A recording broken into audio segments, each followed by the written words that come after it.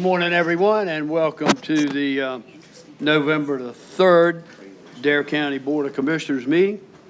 At this time, I'd like to ask Mr. George Laurie if he'll come forward with an invocation. Well, George, as always, thank you for being here. Sure. You're welcome. All right. Commissioners, guests, want to again thank the Dare County Commissioners for allowing members of the North Dare Ministers Association to open each of the meetings with a prayer. 3 years ago, I chose to give the opening prayer in the middle of the Jewish high holidays, almost deja vu. I missed my October date, which was just after the end of the Jewish high holidays, so I'm glad I have the opportunity to be here this year, albeit a month late. I feel fortunate that our God chose to seal us, seal all of you in the book of life for last year, and I pray that God will do so again for the upcoming Jewish New Year. On Rosh Hashanah, we are reminded that all humans have the ability to exercise free will. That is, to make good choices and bad choices, or perhaps the best available choice. 10 days later, at the conclusion of Yom Kippur, we see that we have been given the chance to make amends with those that we have striven against. We are reminded that repentance, prayer, and deeds of loving kindness lessen the severity of God's decree. While most of us cannot make impacts nationally or on the state level, let us strive to make positive impacts locally on our Outer Banks. So we'd like to offer the following prayer. Blessed are you, Lord our God, sovereign of all, who has given us life, sustains us, and brings us to this season. We thank you and sing your praises for our lives which are in your hand, for our souls which are in your keeping. You are goodness, you are compassion, you have always been our hope. Be with these commissioners and others who serve Dare County.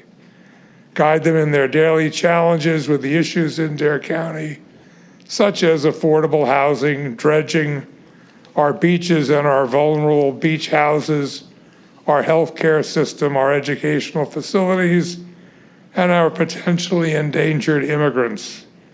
Soften their hearts and open their minds so that every decision they make is the best one. Humble them to realize that they are all human and make mistakes, because the residents of Dare County will respect them even more. Almighty God, gracious with your light when our path grows dark, with your strength when we grow weary, and with your support when we falter in our resolve. King of the universe, you have commanded us to do your work for the betterment of the Outer Banks. May this be God's will, and all God's people say, amen. Amen. Thank you. Have a safe and blessed day. Thank you, George. Appreciate you being here. May we stand for the pledge. I pledge allegiance to the flag of the United States of America and to the republic for which it stands, one nation, under God, indivisible, with liberty and justice for all.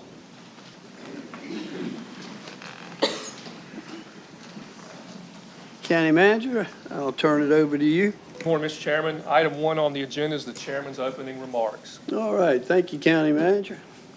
As most of y'all are aware, I love to start the meeting with a little humor. The humor is will help you get through the day. I heard about this old country farmer. He was taking his nephew camping for the very first time. And his nephew he was a smart kid. His nephew had 5 degrees. And he was one of the smartest young men around. They set up their tent, and of course, after a long day of travel and setting up their tent, they fell asleep. And in the middle of the night, the farmer woke up his nephew, and he said, "Son," he said, "look up. What do you see?" Well, the nephew immediately said, "Well, I see millions of stars." And the farmer said, I know that, but what does that tell you? Well, this young man, he's smart as he is, he said, astronomically, it tells me there's billions of galaxies. And he said, meteorologically, it tells me it's going to be a beautiful day. And he said, theologically, it tells me God is a great creator. And he said, looked at his uncle, and he said, well, what does that tell you? The old farmer said, son, he said, it tells me somebody stole our tent.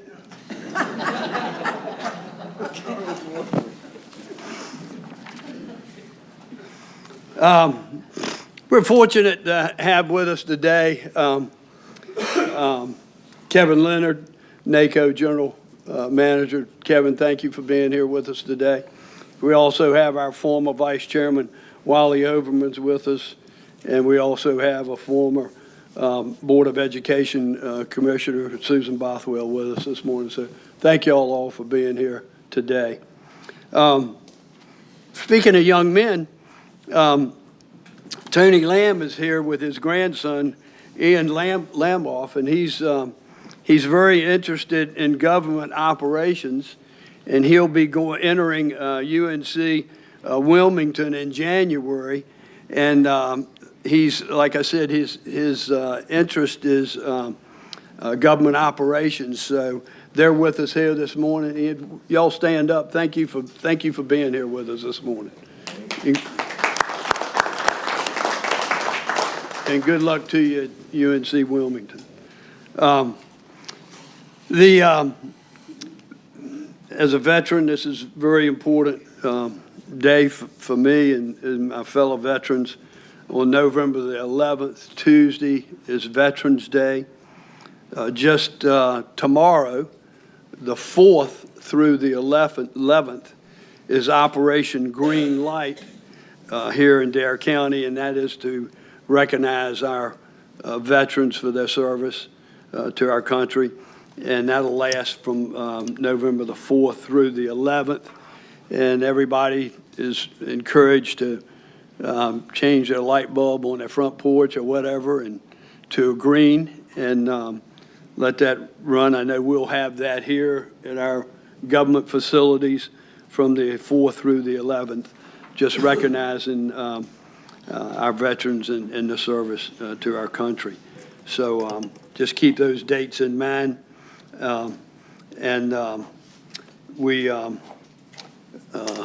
We look forward to recognizing them. For my fellow commissioners on the board up here today, the audience, you're not aware of this, but there's a clock in the back of the room. It is not 10:20, it is 9:20. So that clock has not been reset yet. So just wanted you guys to know that we weren't an hour running behind time.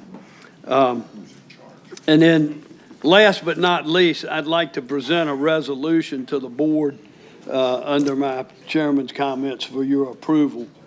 And it's a resolution to honor Mary Helen Goodloe Murphy on her 80th birthday and recognizing her as a Dare County ambassador.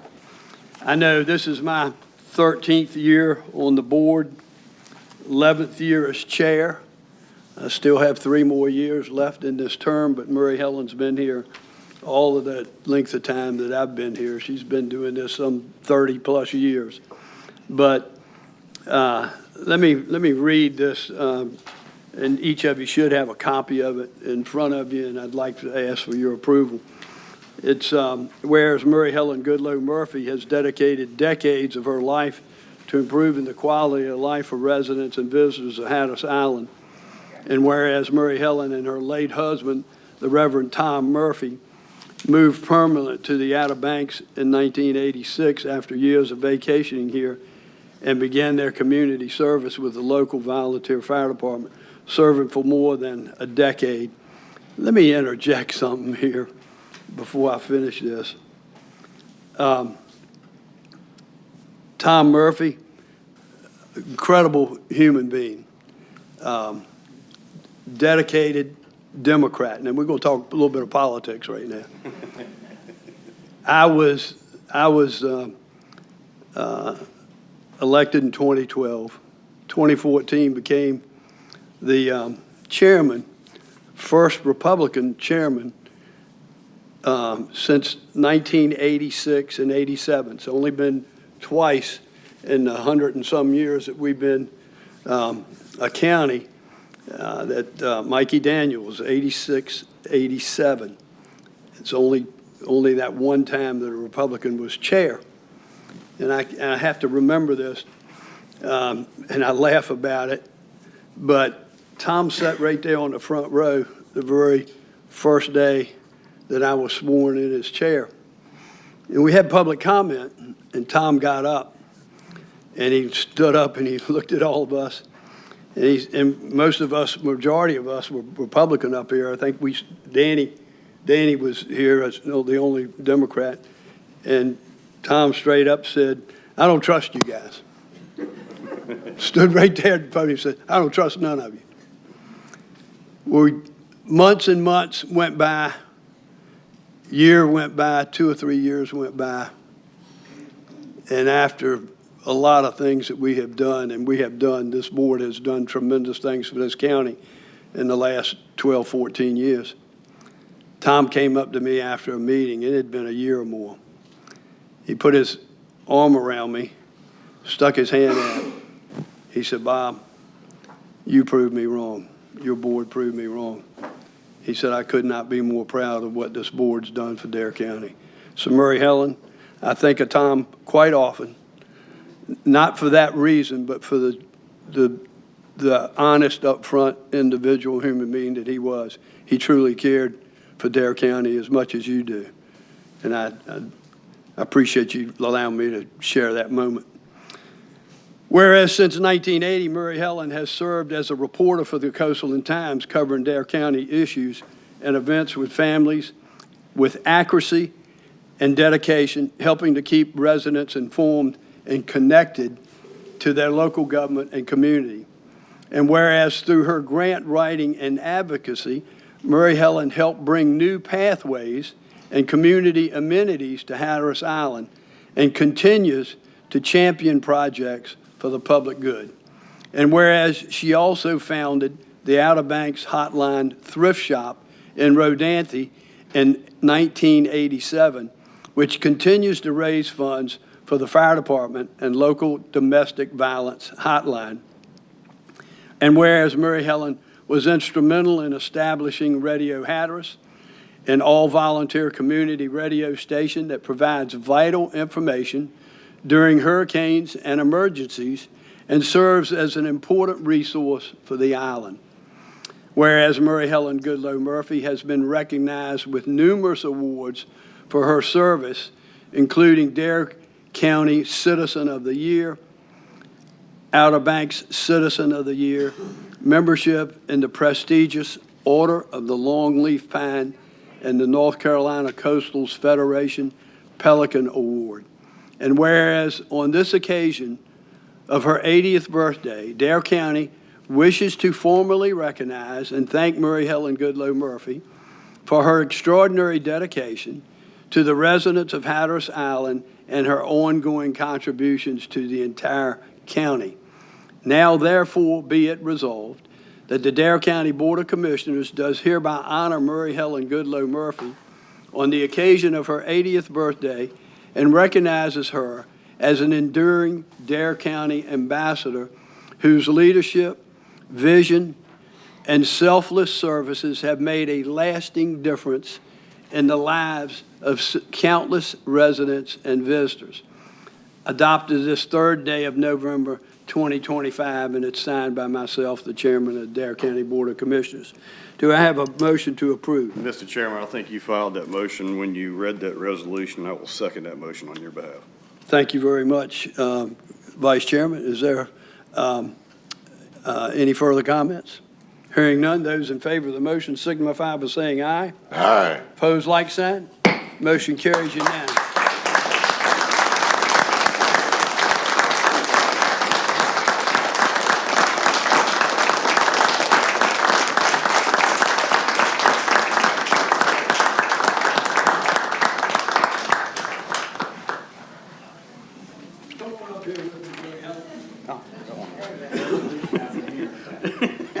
We were worried about her this morning. That's right. Because Murray Ellen said she was running 30 minutes behind because of NC-12. That seems like that's the story of our lives anymore, doesn't it, Murray Ellen? Exactly. Murray, Thank you. this is a copy of that resolution, and we certainly appreciate you. Thank you very much. I will say something.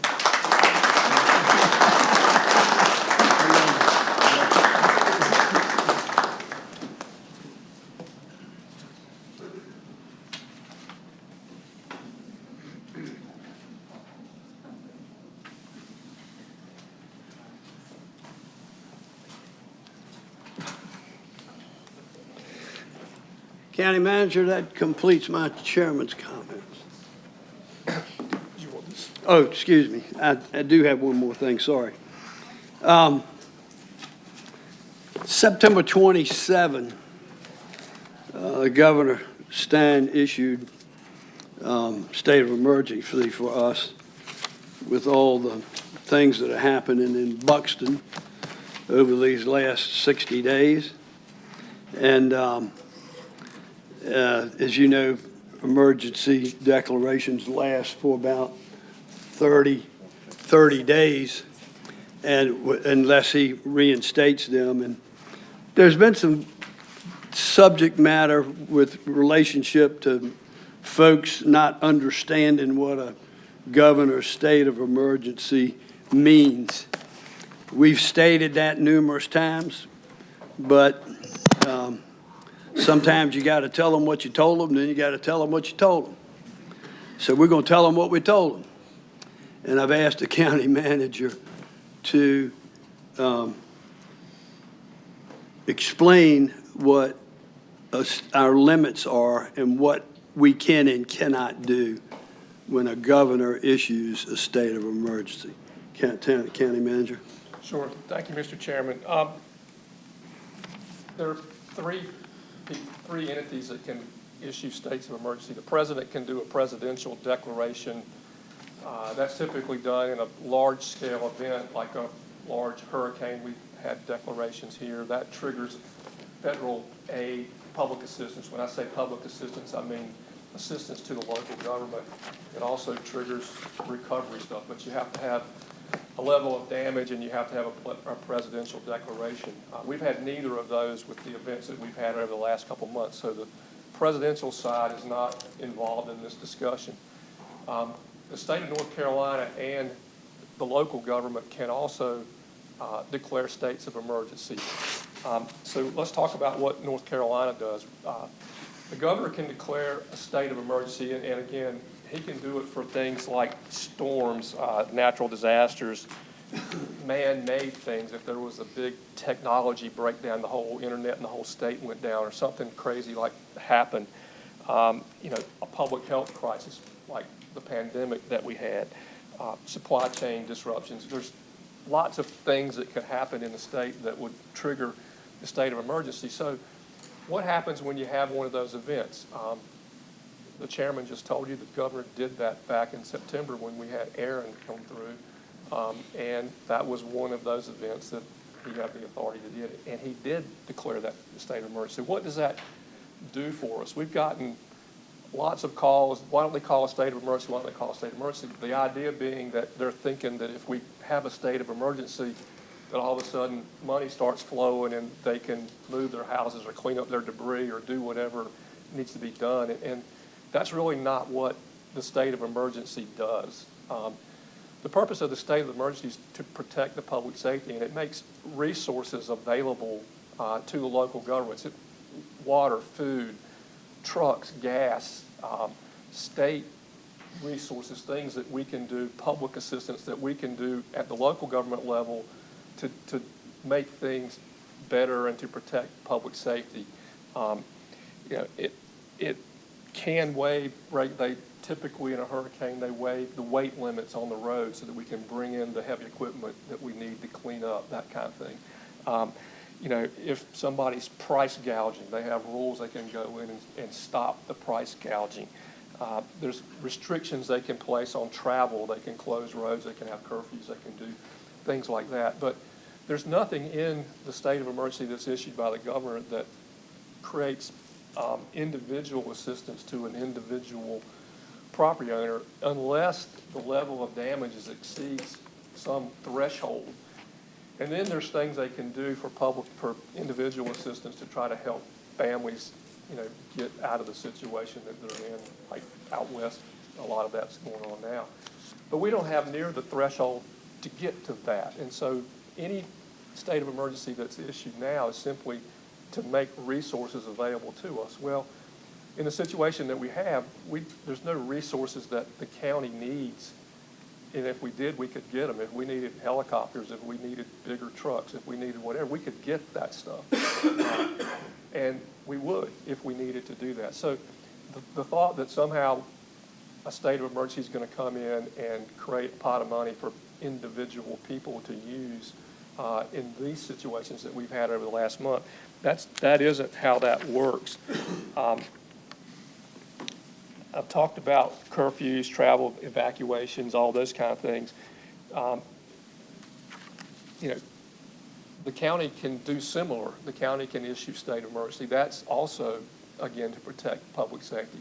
When we do that, it gives us the authority to close roads, to have curfews, to do other restrictive measures to protect public safety while we're recovering from whatever the event is that triggered the state of emergency. So I think that's the message we've been trying to get out to people, because we keep getting asked, why don't you do a state of emergency? Well, we haven't needed to do that. We've been able to do the things that we do, and the state has a state of emergency they issued back in Aaron, and if we needed the state resources, we can get them, and so that's as far as it goes. Does that answer your question? Yes, sir. Mr. Chairman?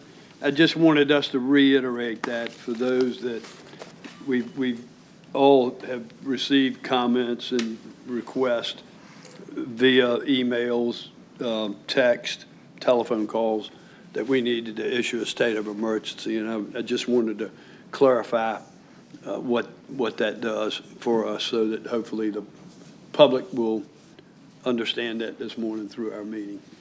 But thank you for doing that, County Manager. Have one other item, and that is, I'm sure most of you are aware that I formed a Coastal Counties Fishing Coalition. This will be our third meeting that we'll have this coming Wednesday at 1 o'clock in Carteret County. That involves it's actually 19 coastal counties that I requested this of my fellow chairman of those county boards to participate after the trawling situation in Raleigh that occurred in the Senate with respects to banning trawlers in our county, in our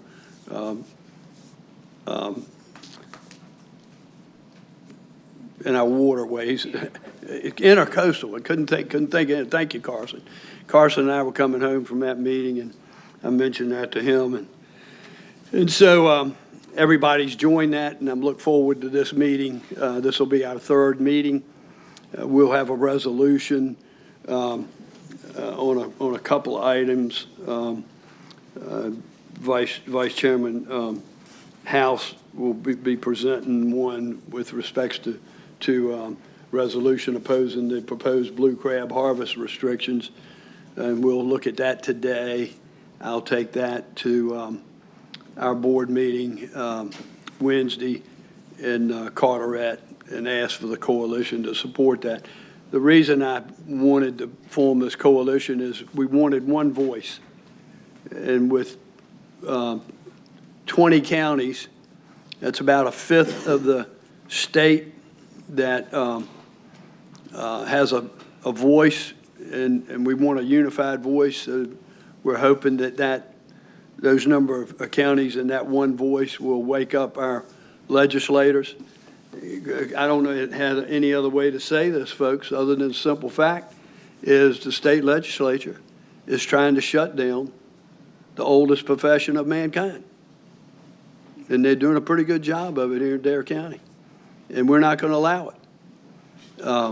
We're going to fight it, and we're going to keep our fishermen working, and we're going to do everything we can to support them. And we had a great win in Raleigh over that trawl ban in our intercoastal waterway. So we'll continue. I don't know about you, but I want to eat local seafood. Amen. Look at what happened recently. Anybody bought any Walmart shrimp lately? God help you. Yeah, I certainly don't and won't.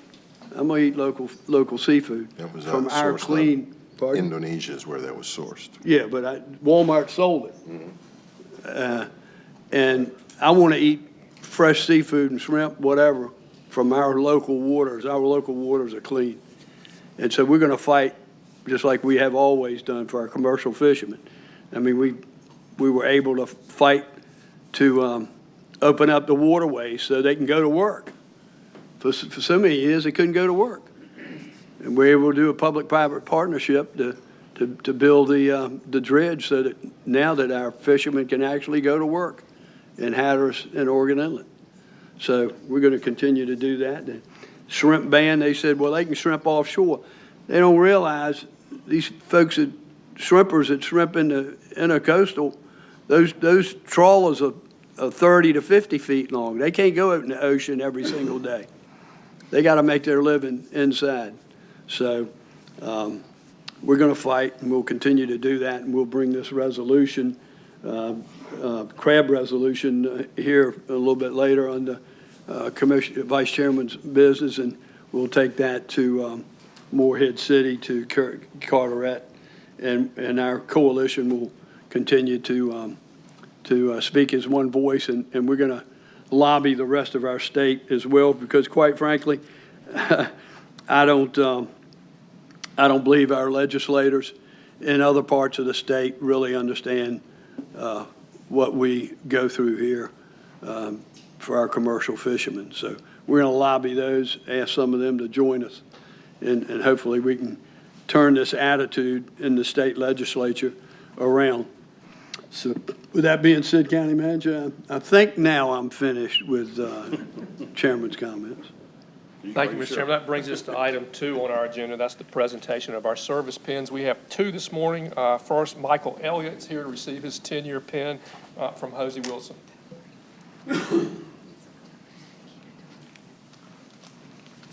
Good morning, gentlemen. Good morning, Mr. Chairman. Good morning, Board of Commissioners. That's not what I was looking for there.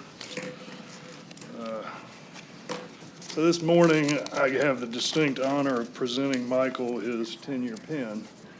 And if y'all remember, at last month's meeting, I received mine. So Michael was the first hire I was involved in with Dare County. And obviously, he's made it 10 years. And so I feel very successful that we made that hire, and I'm proud, and I think Michael has taken, I know he's taken that opportunity, and he has run with it, and he has done an exceptional job through these 10 years. Michael's a graduate of East Carolina.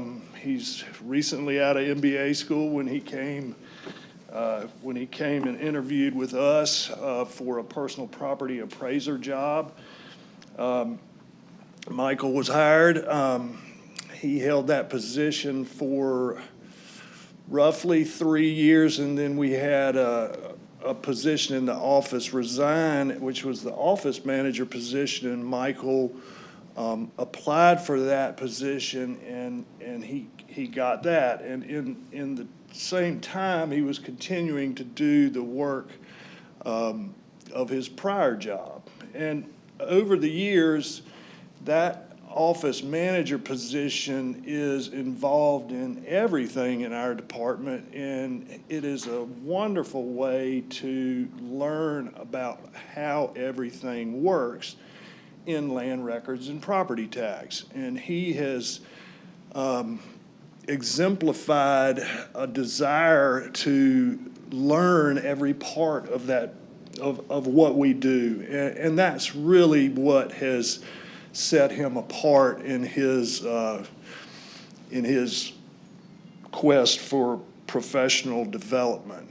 And so about 3 years ago, we decided we needed a manager for all of our personal property. So we morphed that position of the office manager into the personal property manager.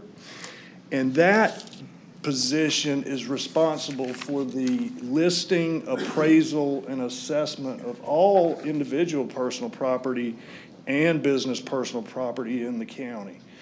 Just for perspective purposes, we have roughly 10,000 boats. We have roughly 10,000 rental properties. We have 3,300 business accounts. So he has quite a bit on his plate in conjunction with the office manager role that he maintains at the same time. So that in itself is enough to keep him very busy. Just in the past couple of years, we had another retirement, a longtime employee retire, who was responsible for our exemptions program. And we tasked Michael with that, and he manages that entire process for our county as well, and does a great job with that. He's certified by Department of Revenue. He's a level 1 real estate appraiser and personal property appraiser. He is a personal property specialist candidate for professional designation for IAAO. He's on track to complete that this year.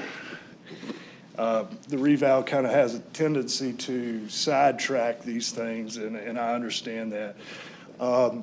So I'm the incoming president for our statewide association, which means the last few years, 4 years, I've been very involved with all types of what our association does in various roles, through the officers. And Michael has been very involved in a newly formed committee, the Personal Property Advisory Committee. They've been, I believe it was formed 2 years ago, and he helps teach personal property that appraisers will take at conferences and educational offerings across the state. So he's helping to assist others in that respect as well. And there's a lot to be said with that. Involvement is key to what we do.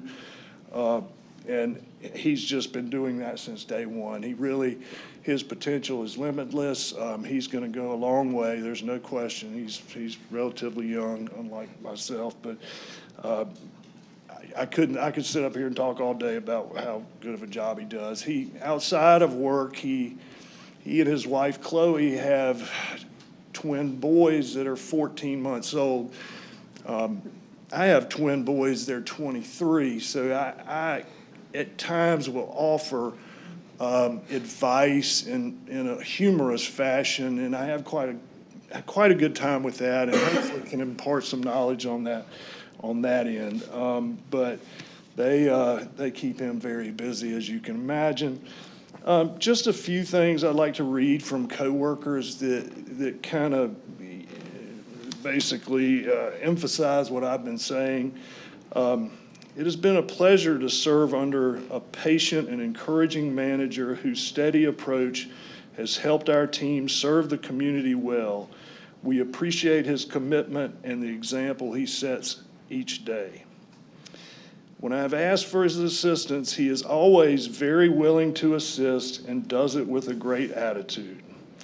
Michael has been very helpful to the technically challenged people like myself, and I did not write that, but I fit in that category as well.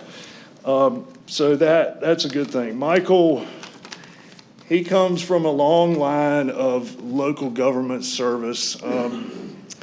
His grandfather was the public works director. I don't know how long ago that was, but for Dare County, and did retire from the county.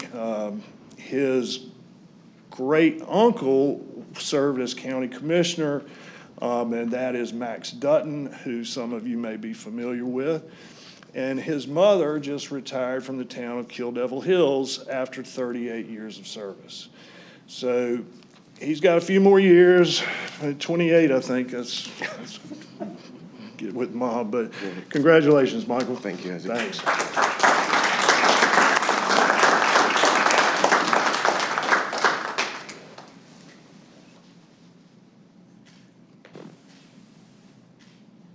Thanks. Next, we have Brendan Lindsay. He's to receive his tenure pin from Jenny Collins.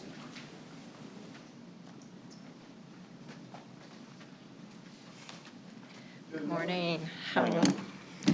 Let me introduce Brendan Lindsay, who's a paramedic with the EMS department here. Brendan, like many EMS folks, got a start in ocean rescue, where he was with NEX, had ocean rescue starting in 2012 through 2016, and then he went to the town of Kitty Hawk Ocean Rescue for a year following that. And a lot of the lifeguards figure out that when they're on the beach and they're rescuing folks, they interact with EMS a lot. And that usually spurs an interest in those types of fields. And so Brendan also has a mother who was an EMT in her past, and so he kind of got doubled whammy with it there. And he attended COA and got his EMT in 2014.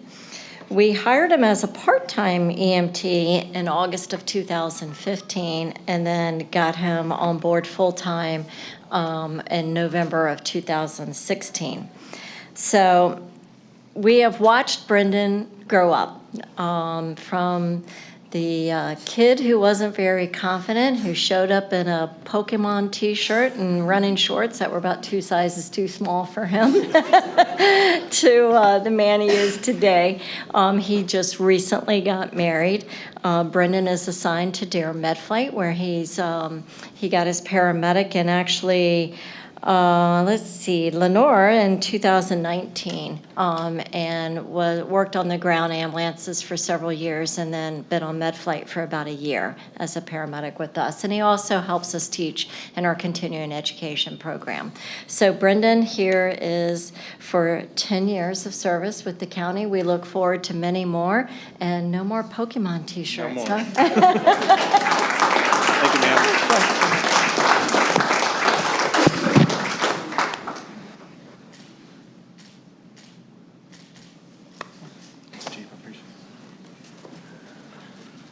We do not have an employee of the month this month, and so we'll move on to public comment. Before we go to public comment, if you received an award this morning, please go right out through this door with Caitlin to have a picture made.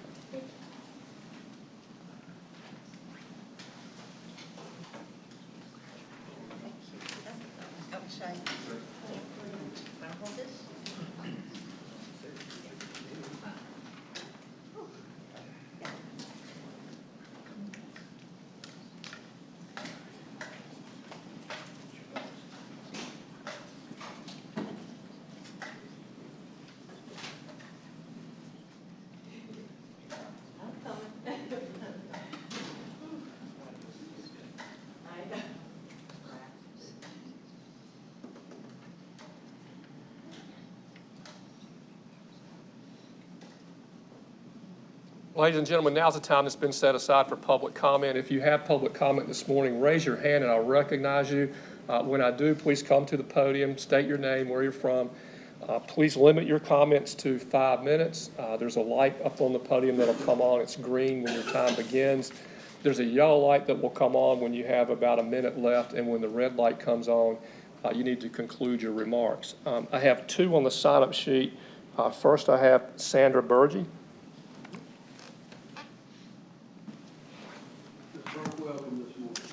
Thank you. Good morning, and thank you for allowing me to share this information with you this morning. My name is Sandra Burgee. I live in Kill Devil Hills and am a member of the Dare County Older Adult Services Advisory Council. And on their behalf, I'm here to invite the public to attend a community resource fair focused on connecting our older adults, their family members, and their caregivers who may be searching for assistance with a wide variety of services that are available in Dare County. The date for this event, and I believe you have a blue card in front of you. Yep, thank you. Save the date. Indicates that this will be held on Saturday, November 15th, 2025. The time is 10 a.m. to 2 p.m. The location is the Dare County Youth Center at the Family Recreation Park, and that's on Mustian Street in Kill Devil Hills. The purpose of this is to connect our citizens, both older citizens and their family members, with over 45 organizations and service providers and community leaders providing valuable information. We want them to explore the essential resources, and they are focused on healthcare, wellness, nutrition, enjoyable activities, and technology assistance. This is not designed for the ill elderly. It's designed for all people in that age group and their family members who may be facing struggles in being a caregiver. We hope they learn to stay active and informed and engaged in their life. This event is free and open to the public. I would like to also notice that there are many new older folks that have moved to this county since COVID. I can tell that in my church and when I go buy groceries, et cetera. So these folks, if they age in place, as we call it, then they will continue to need services as the years go on. We want those services to be not only available, but recognizable by their family, their caregivers, et cetera. Also in front of you, looks like this, is a proclamation from Governor Josh Stein. And I think it's timely that this comes at this time of year, after we've been working for 2 years to put on this resource fair. It notes the number of families that are caregivers, how many grandparents are taking care of their grandchildren, the different circumstances that caregivers face, the access and use support and acknowledge respite services. And so it ends with, whereas the state of North Carolina encourages people to recognize and support family, friends, and neighbors who help those who are aging or have disabilities, because of doing so is the right thing to do and an essential investment in a better future for North Carolina's older adults and people with disabilities. Now, therefore, I, Josh Stein, Governor of the state of North Carolina, do hereby proclaim November 2025 as Family Caregiver Month. Thank you very much, and I hope to see some of you at the fair, greeting those older adults who will be seeking services. Thank you. Thank you, Mr. Burley. I can't help. Those first two whereas is incredible. Incredible numbers. 80,000 North Carolina grandparents are responsible for grandchildren in the state of North Carolina. 80,000. And 1.2 million caregivers providing 1.2 billion hours of unpaid family members and friends. Those are incredible numbers. Yeah. Thank you for pointing that out to us, and thank you for this resolution, and thank you for what you're doing. Thank you all. Appreciate it. Next, we have Christina Boyd. Welcome this morning, Ms. Boyd. Thank you. Good morning, Chairman Woodard, commissioners, and members of the Dare County community. My name is Christina Drum Boyd, and I'm here today as a property owner, resident, and year-round advocate, and someone who deeply loves and cares for Hatteras Island, its residents, its visitors, and its future. Every person in this room knows that Highway 12 is our lifeline, the only route connecting residents and visitors to hospitals, schools, and emergency services. And yet, every few weeks, that lifeline is buried, breached, or broken between Pea Island and Buxton. Each time NCDOT rolls in with heavy equipment to push the sand aside, and each time we destroy the very dunes and beach systems meant to protect us. We are trapped in an endless loop of temporary fixes, expensive, destructive, and short-sighted. The 2013 Dare County Shoreline Management Feasibility Study made this clear over a decade ago. It identified semi-permeable groins paired with beach nourishment and monitoring as the most effective and sustainable strategy for shoreline stability. Those measures could have extended protection by decades and reduced the endless cycle of emergency sand removal, yet they were never implemented. Under GS 113A through 115.1 within the Coastal Area Management Act, North Carolina law allows engineered shoreline structures when public infrastructure is threatened by erosion. Highway 12 already meets this standard.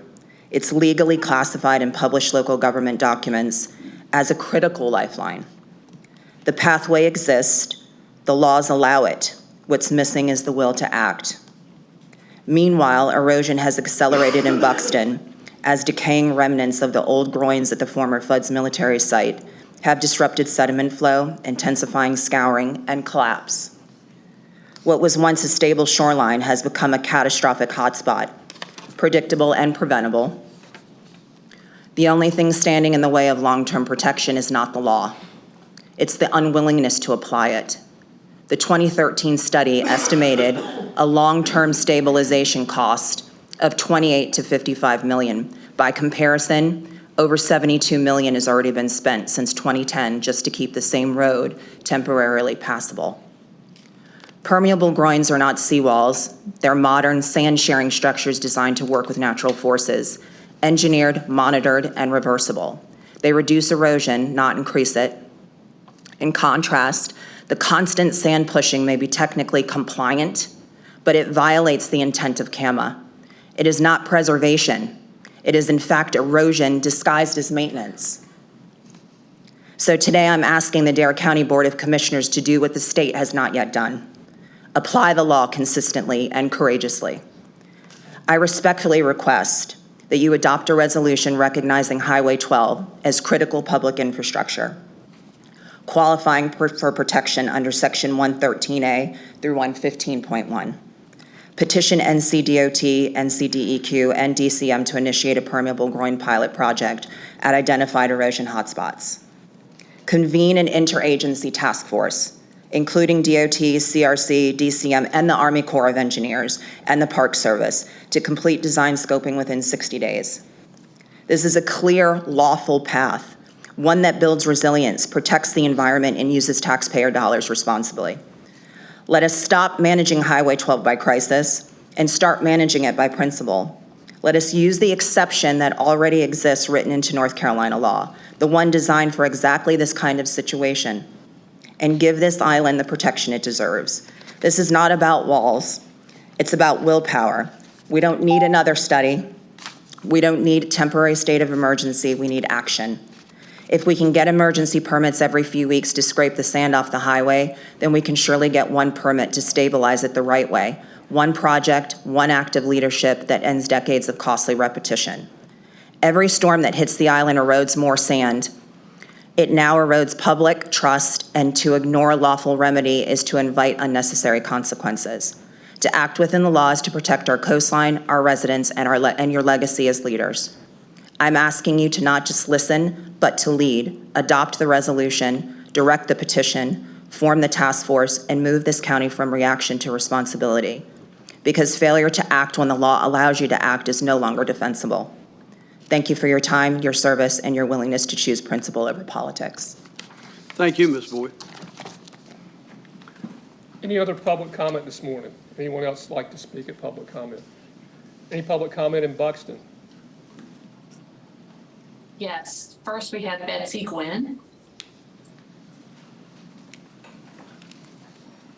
Welcome morning. this morning, Ms. Quinn. My name is Betsy Gwynn. I live in Buxton on Old Lighthouse Road. I'm also a property owner of several properties on Ocean Drive.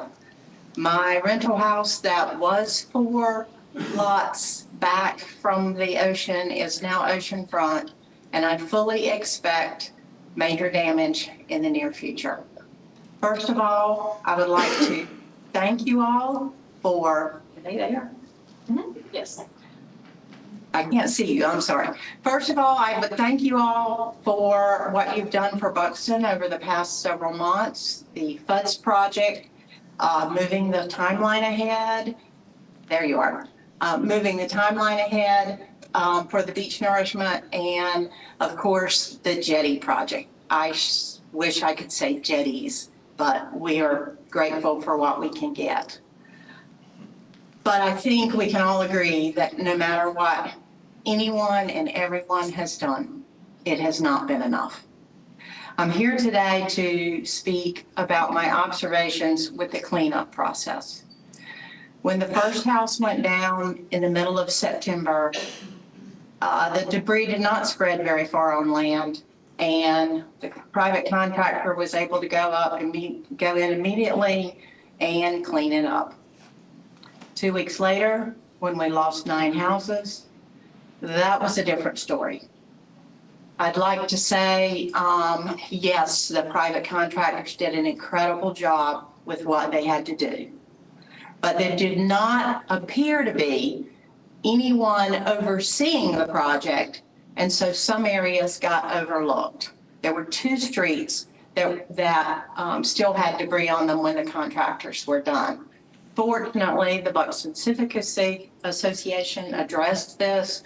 They were able to gather volunteers, and those streets were cleaned up the day before another storm. And then the county came out with this statement that because of the financial concerns, future debris removal would be left up to the homeowners. And then we lost 5 more houses. With the incredible amount of water that flowed, that debris went everywhere. It is all down on Lighthouse Road. It is on just about every property. I can say with 100% certainty, it has been on every property on Ocean Drive. Because of the county's stance, the non-resident property owners believe that the contractors hired by the homeowners of the fallen houses are going to clean up their debris. The debris is in bushes, it's under houses, it's between houses, and the private contractors can't go on this property without permission from the owners. The owners don't know that. The owners don't know, even if they do know, they don't know who to give permission to because they don't know who the contractors are. It is a circus without a ringleader. With a project of this magnitude, there needs to be someone in charge. Now, there may be, but none of us know who it is. On Friday afternoon, I spoke with 3 county workers and 1 contractor, and none of them could definitively tell me who was in charge of the effort. Additionally, this is going to happen again. There are houses that are leaning, there are houses with broken pilings, and there are houses that are missing pilings. We need to be planning ahead. Now, I know every storm is different, but I think somebody could sit down and say, if this happens, then we do this. If this happens, then we do this. At the very least, those of us who live here need to be assured that the county will send down a large dumpster that we can put the debris from our yards in, because the transfer station here is not going to take the amount of debris that comes from these houses that fall into our yard. Henry Ford said, don't find fault, find a remedy. I believe a remedy is to have someone in charge of the project, preferably someone here with boots on the ground who knows the contractors, who knows the area. and who doesn't get stuck on the other side of the bridge. I also believe that we need to be planning for the future. Now, the contractor that I spoke with on Friday afternoon totally concurred with what I have just said. So I do not feel like I'm off base. Thank you for listening to me, and I hope you will take this into consideration. Thank you. Ms. Quinn, thank you for your comments. I'm gonna ask the county manager to respond to a couple of things that you said that might be just a little bit off base and not quite correct. I personally, in the last 30 days, have been on Buxton 17 of those 30 days, looking at situations, looking at what's going on, talking to our county. Just this morning, we had an issue about storm drains. They're NCDOT's responsibility. NCDOT is busting their, you know what, trying to get NC-12 in Ocracoke and south of the bridge put back together so we can have ingress and egress off of that. I have staff right now in Buxton looking at those storm drains to see if we can help NCDOT, which is not our responsibility, but help get those storm drains cleaned. So And then crushed too. Right. Many of the drains have been crushed. So Yeah. right now, as we speak, we have somebody down there. I'm going to ask the county manager to respond to a couple of things that you mentioned that not quite correct. County manager? So I'll take you through the process of debris removal. The first storm, the debris, the first house that fell, as she said, was a smaller storm, and we don't clean up. If your house burns down, if your house falls in, if your house comes in disrepair, it's your house, it's your property, it's your responsibility to clean that up, and we don't usually get involved in that. And so when we have one house that falls down, then it's the owner's responsibility to clean up their property. When we have multiple houses that fall down, then we have to gauge what is our role. And the second event came down, we put dumpsters out because we thought we could manage the debris that way, and we allowed the property owner who cleaned off their lot to take their debris, put in our dumpster, and we hauled it away. No tipping fees, nothing like that. But it's still the owner's responsibility to get the debris off of their property, and either to the dumpsters when we place them there or take it to the landfill themselves. When we had wider spread, when we had multiple houses fall down and they had commingled debris and all that, then that triggers the next level of debris removal. And at that point, it's still the property owner's responsibility to get the debris off of their property. We ask the property owner to bring the debris to the right-of-way, and then we've paid a contractor to go to the right-of-way and haul all of that debris away. That's what we did the last time. That's what we're doing this time. Press releases went out, I think, on Friday, Dorothy. We're giving the property owners until the 17th of November to get their debris to the right-of-way, at which time our contractor will go out there and remove that debris from the right-of-way. We don't go on the private property to clean up other people's private property. That's the private property owner's responsibility. But we do want to help, and so if they get it off their property to the right-of-way, we move it away. That process is exactly the process we follow when we have a county-wide hurricane. Exactly the same thing. The property owner is responsible to get the debris to the right-of-way, and the county then takes the responsibility to remove it off of the right-of-way. That process, that incremental approach is what we'll follow going forward. So if one house falls down and it's not widespread, then that's going to be a property owner issue, and the property owner needs to deal with it. That's not a county issue. If we have multiple dwellings and commingled debris, then we'll either bring in dumpsters depending on the volume of the debris, or we'll have it put on the right-of-way, in which case we'll have our contractor haul it off. That is the process we've used in this event. That's the process that we've used in, I've been here for 11 hurricanes. So no different here, nothing there. We've communicated it through our social media, through all of our things.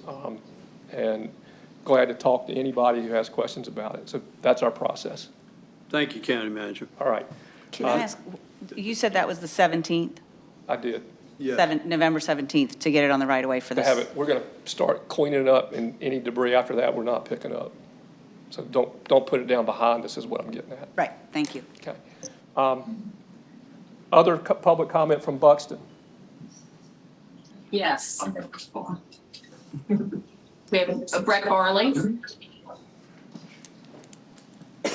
Brett, welcome this morning. Morning, Commissioners. Some of what I'm going to say will just kind of be repetitive. Some of it, I have a few of y'all's numbers and we do talk, but I just like to come in and put it on public record. Back at the beginning of August, I came to y'all for the first meeting in August and told y'all that Buxton was in a state of emergency without it being declared one. Sadly, 3 months later, here we are, and 15 houses have fallen, and it's still not an area that's considered a state of emergency, regardless of situations like Miss Betsy just shared. Regardless of situations like homeowners whose pets are getting trapped under their houses when the tide comes up too fast. Even myself included, those of us that saw this coming never saw it being as wild as it is. I'm not sure who of y'all or if any of y'all have been down there in the last couple of days since the last storm, but what has changed and the reason that 15 houses in Buxton have fallen in 6 weeks is that there's just nothing down there. There's nothing down there to stop the water. This is not like anything we've ever seen in the rest of our county or on the rest of the coast. This is a completely different situation. And so, no offense to, y'all and Bobby's remarks as far as how the cleanup goes and how y'all handle it, but you got to do it different. This isn't the same thing. This isn't a hurricane. We understand the deal of how cleanup works after a hurricane. Everybody rallies and lends a hand. The thing is, there's a reason there's not a room full of people here. Everybody's exhausted. We've spent most every week for the last 2 months navigating when to go get groceries because of high tide. People getting stuck on and off the island, people helping other people clean up properties. This is insane. This is no way for us to operate. And what's frustrating is this was all preventable. Conversations we've had, this was preventable. The county knew in 2013 that this was coming down the pipeline at some point and did nothing. And so it's really hard to be told that as a property owner or a homeowner, oh, you need to clean up your property and get it to the side of the road. The debris isn't theirs, which under a catastrophic one-time storm hurricane is whatever. You just clean up your yard. Everyone has their own mess. The debris isn't theirs. Some of the debris is only coming from houses that only fell because other houses fell. The houses are only falling because there's nothing there and there was nothing done by the state, the county, or the Park Service to prevent this from happening. This is absolutely insane. We're watching an entire town start washing away, and I can tell you from walking the beach the other day, there's no end in sight to how bad this will be. As she said, she's four lots back. She's at the water's edge. Houses that were fine 2 weeks ago are not fine anymore. And, there's refrigerators in people's yards. Like I said, the cat got stuck under the house and a guy had to swim under the house with goggles and hold his breath to pull the cat out. There's 8x8s that are getting floated 800 feet inland. Y'all don't understand how much water is flowing in here. It is like nothing we've seen, because even though the houses have been on the edge of the water for years, there's been a dune between the first house and the second house. There's been a dune between the second house and the third house, and so on. The entire area is leveled. There's nothing to stop the water. And I think our community is just, one, exhausted, being told how the cleanup's going to go or not be cleaned up depending on how it is, being told, oh, don't put anything out there if it's after the 17th.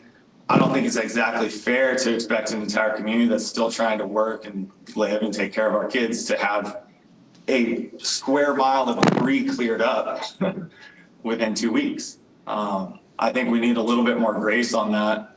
I think we need a little bit more help. I think you guys need to put more pressure on the state for help. And I know, I would like to acknowledge, I know some of y'all are fighting, and there's a lot going on behind closed doors that we don't see.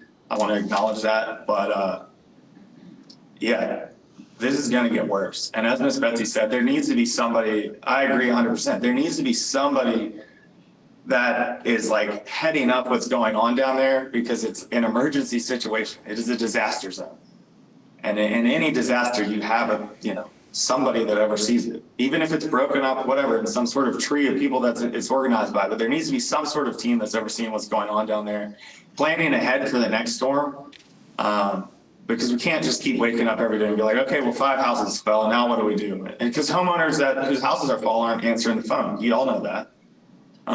So you can't expect people to figure out how to clear refrigerators and stoves and 8x8s off of their property when they don't have the physical means, and contractors who are contracted out to clean up debris, not even knowing which debris they're supposed to pick up. Like, this is not like any other hurricane. So don't compare it to that. This is different, and it's going to keep happening unless we're blessed with just another calm season. But we got that last year. We were given our grace, and it is over. So anyway, I would encourage you guys to start brainstorming on ideas with that. I know there's people down here that would love to talk to you about that, but it needs to be done, because our little community can't do it alone. So thank you.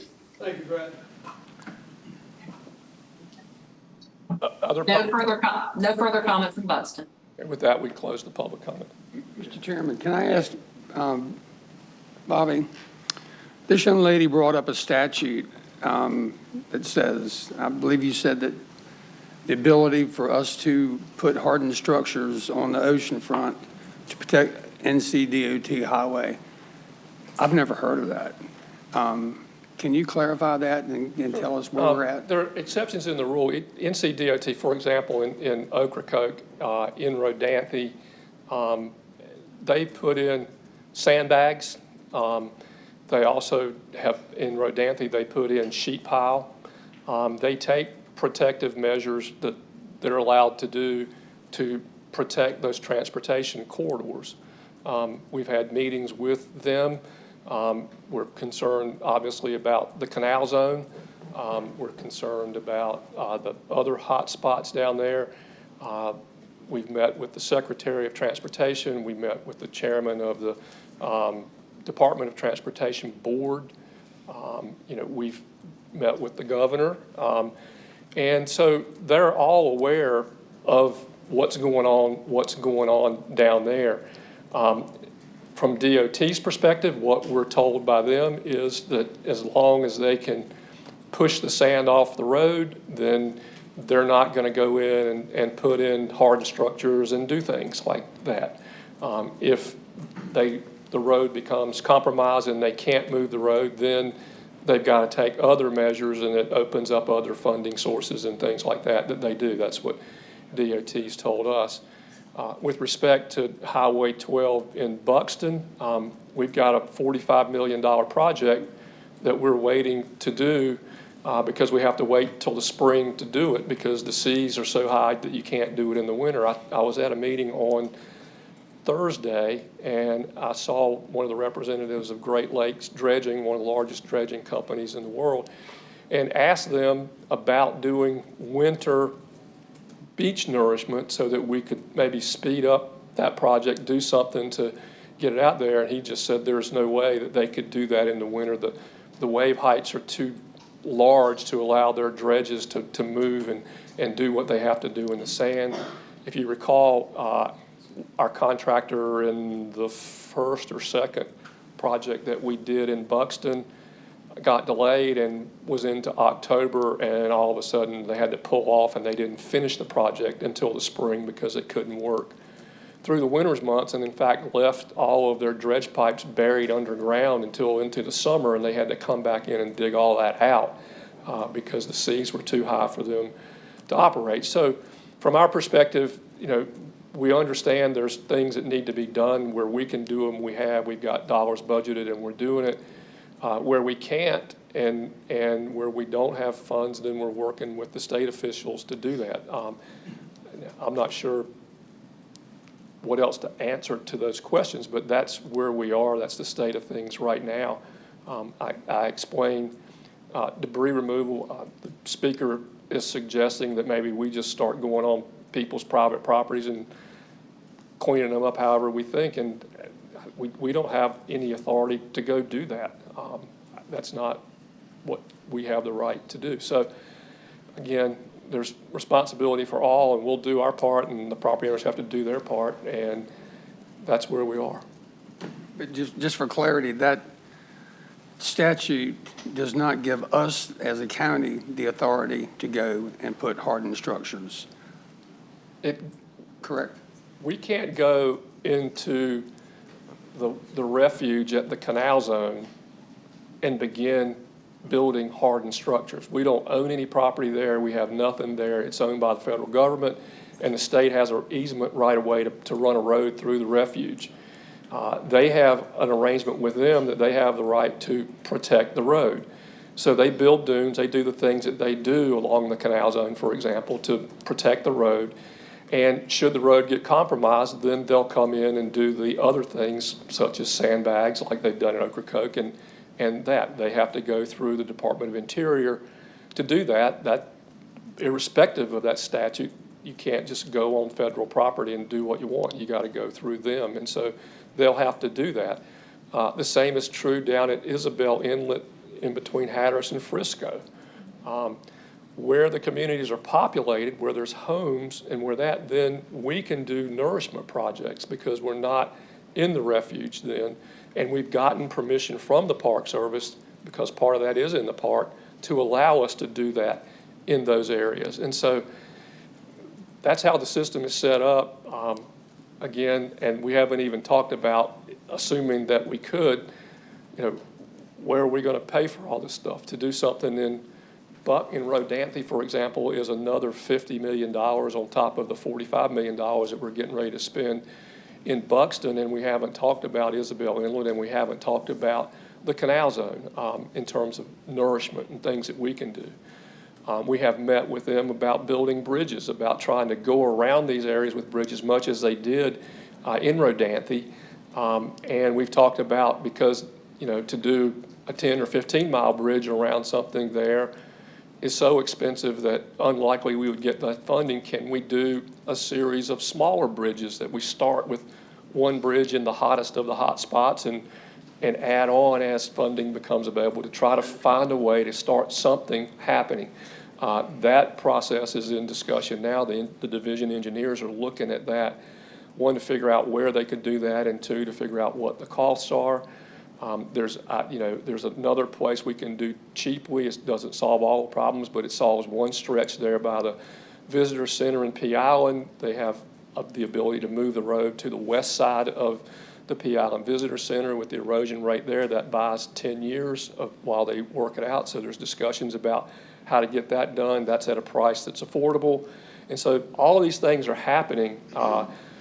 And, many of you on the board have been at those meetings. Many of you have been on those phone calls. We're doing all these things, but, they work at the pace of the state. The state doesn't have a budget. And so, and to the extent that federal help is needed, then they're not even up there to do their job. So a lot of stuff coming together at the same time, but it isn't for lack of effort on your behalf or our behalf. Bobby, I got a quick question. So you said that we don't have the ability to put anything up on the national seashore, obviously, because it's federal property. Buxton is not federal property. Buxton is private property. What about there? So If a property owner gave us permission to put in a structure, could we do it?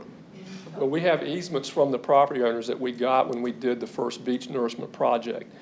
And we also have permits from the Park Service for the area of the park that is in front of those villages that they've authorized that as well. So we have the approvals that we need to go in and do the things that we can do there, and we have the money to do it with. So the two key elements are approvals and money, and in that case, we have both.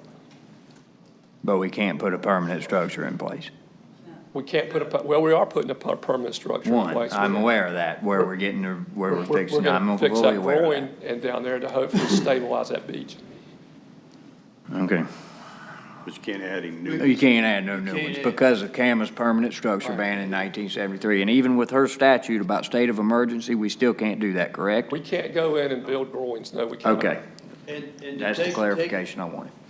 Commissioner Creek, to take that further, we're dealing with this every single day. Every single day that I sit in this office, we're dealing with the state, the federal government. I mean, we had the Secretary of Transportation down here, showed him everything from the bridge all the way to the ferry docks. Very sympathetic, very understanding. 2 days later, we get a notice he's retiring. Now we got to do this all over again for the latest Secretary of Transportation. We've invited him down here. We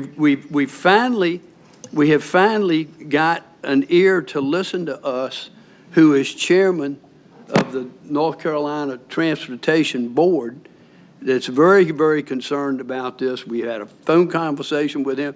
We met with him in person. We had another conversation with him again last week, trying to find options and so forth. We have done every single thing humanly possible, and it gets a little discouraging when somebody comes and says we're not doing anything, when in fact, 3 years ago, we spent $45 million to nourish the beach. Our nourishment programs are designed to last 5 years, but who in the world would have known or guessed that Mother Nature was going to issue this blow in 2025? To now that we have moved, we were scheduled to do it in 2027. You all know we voted. We moved it to 2026. We would have done it in 2025 if we would have been able to get the bids out there and have somebody bid on it. But we don't have but 3 major dredging companies that can even do the work. And now we're getting ready to spend another $50 million to nourish that. And to say we're not doing anything is very discouraging to hear from somebody to make those comments. And not to mention 3 years you spent on the Highway 12 Task Force. That's exactly right. I formed the Highway Task Force. We had every single stakeholder, including Southern Environmental Law Center, that supported us. The answer is short bridges, like the Etheridge Bridge that we have. And just right now, this afternoon, when I leave this meeting, I outlined a letter to send to our legislators, and I'm going to do this one way or the other, certified letter or somehow knowing that they get this letter and read it, and I'm going to send it to every single senator and representative in the state. I'm asking for 2 things. Several years ago, you established a beach nourishment fund and didn't put a penny in it. And I'm asking you to put money into that beach nourishment fund, not for Dare County, but for the entire coast of North Carolina. And the second thing I'm asking them to do is to eliminate the ban on groins and jetties. And if I have to, Commissioner Balance has said she can rouse up enough people in Hatteras Island or whatever. We got to take a couple of buses to Raleigh and sit in front of their doorstep and then sit in front of their office to make sure they read the letter and help us out. We need help. We cannot any longer do it on our own. We have spent over $250 million in the last 12 years of nourishing our beaches. $250 million. And we're getting ready to spend another $50 million to do Buxton. And the list goes on, folks. We're working ourselves to death daily trying to do something to establish our ocean front all the way to Hatteras Island. And we're talking to every single human being we can talk to. We're talking to the governor's office. We're talking to our local legislators. We're trying to now talk to the rest of the legislators throughout the state that Dare County needs help financially. And to your comment on the property, so the state owns 3 miles out. Right. The federal government owns the beach, and that leads up to the private property owns from where the federal government ends at the high tide line to the right-of-way, which is state. I got you. Okay, so we're in between. I'm pretty sure The some of them state, lots are. we're in between the underwater. state, the feds, the Park Service, and Mother Nature. And the county is caught in the middle, and we can only be as loud as we can be. And I think I've been on the phone with Bob every day, sometimes 2 and 3 times a day since Aaron. I can legitimately say everything that we are possibly in our power to do is being done. And so we've got to figure something out, but as slow as government moves to as quickly as Mother Nature moves, it's scary, but it is what it is. So we've got to come together and figure out how to have one united message that we can take to the feds and the state to fight this together, because coming at it a bunch of different voices, and my heart, I've been through Isabel. The people in Buxton watching this happen every time, they're just screaming for help because they see it every day, and it's frustrating for us because we know what we're doing, but we also have to find a place where we see what they're seeing. And I guess because I'm down there, I see that. I know it's hard for us up here and for Bobby and Bob and the ones that are making the phone calls and doing all of the hard work on the back side of it that we can't tell the people that are on the beach that are seeing it every day. But I promise you, there's nobody up here that wants to see any more destruction there or doesn't want to step in and make it all go away. But it's just going to take time. Unfortunately, it's probably going to get worse before it gets better. But beautiful things came out of Isabel, and I believe that beautiful things will come out of this. It's just hard to see right now. Thank you. Is there any more public comment? No, public comments closed. All right, County Manager. Chairman, that brings us to item 5.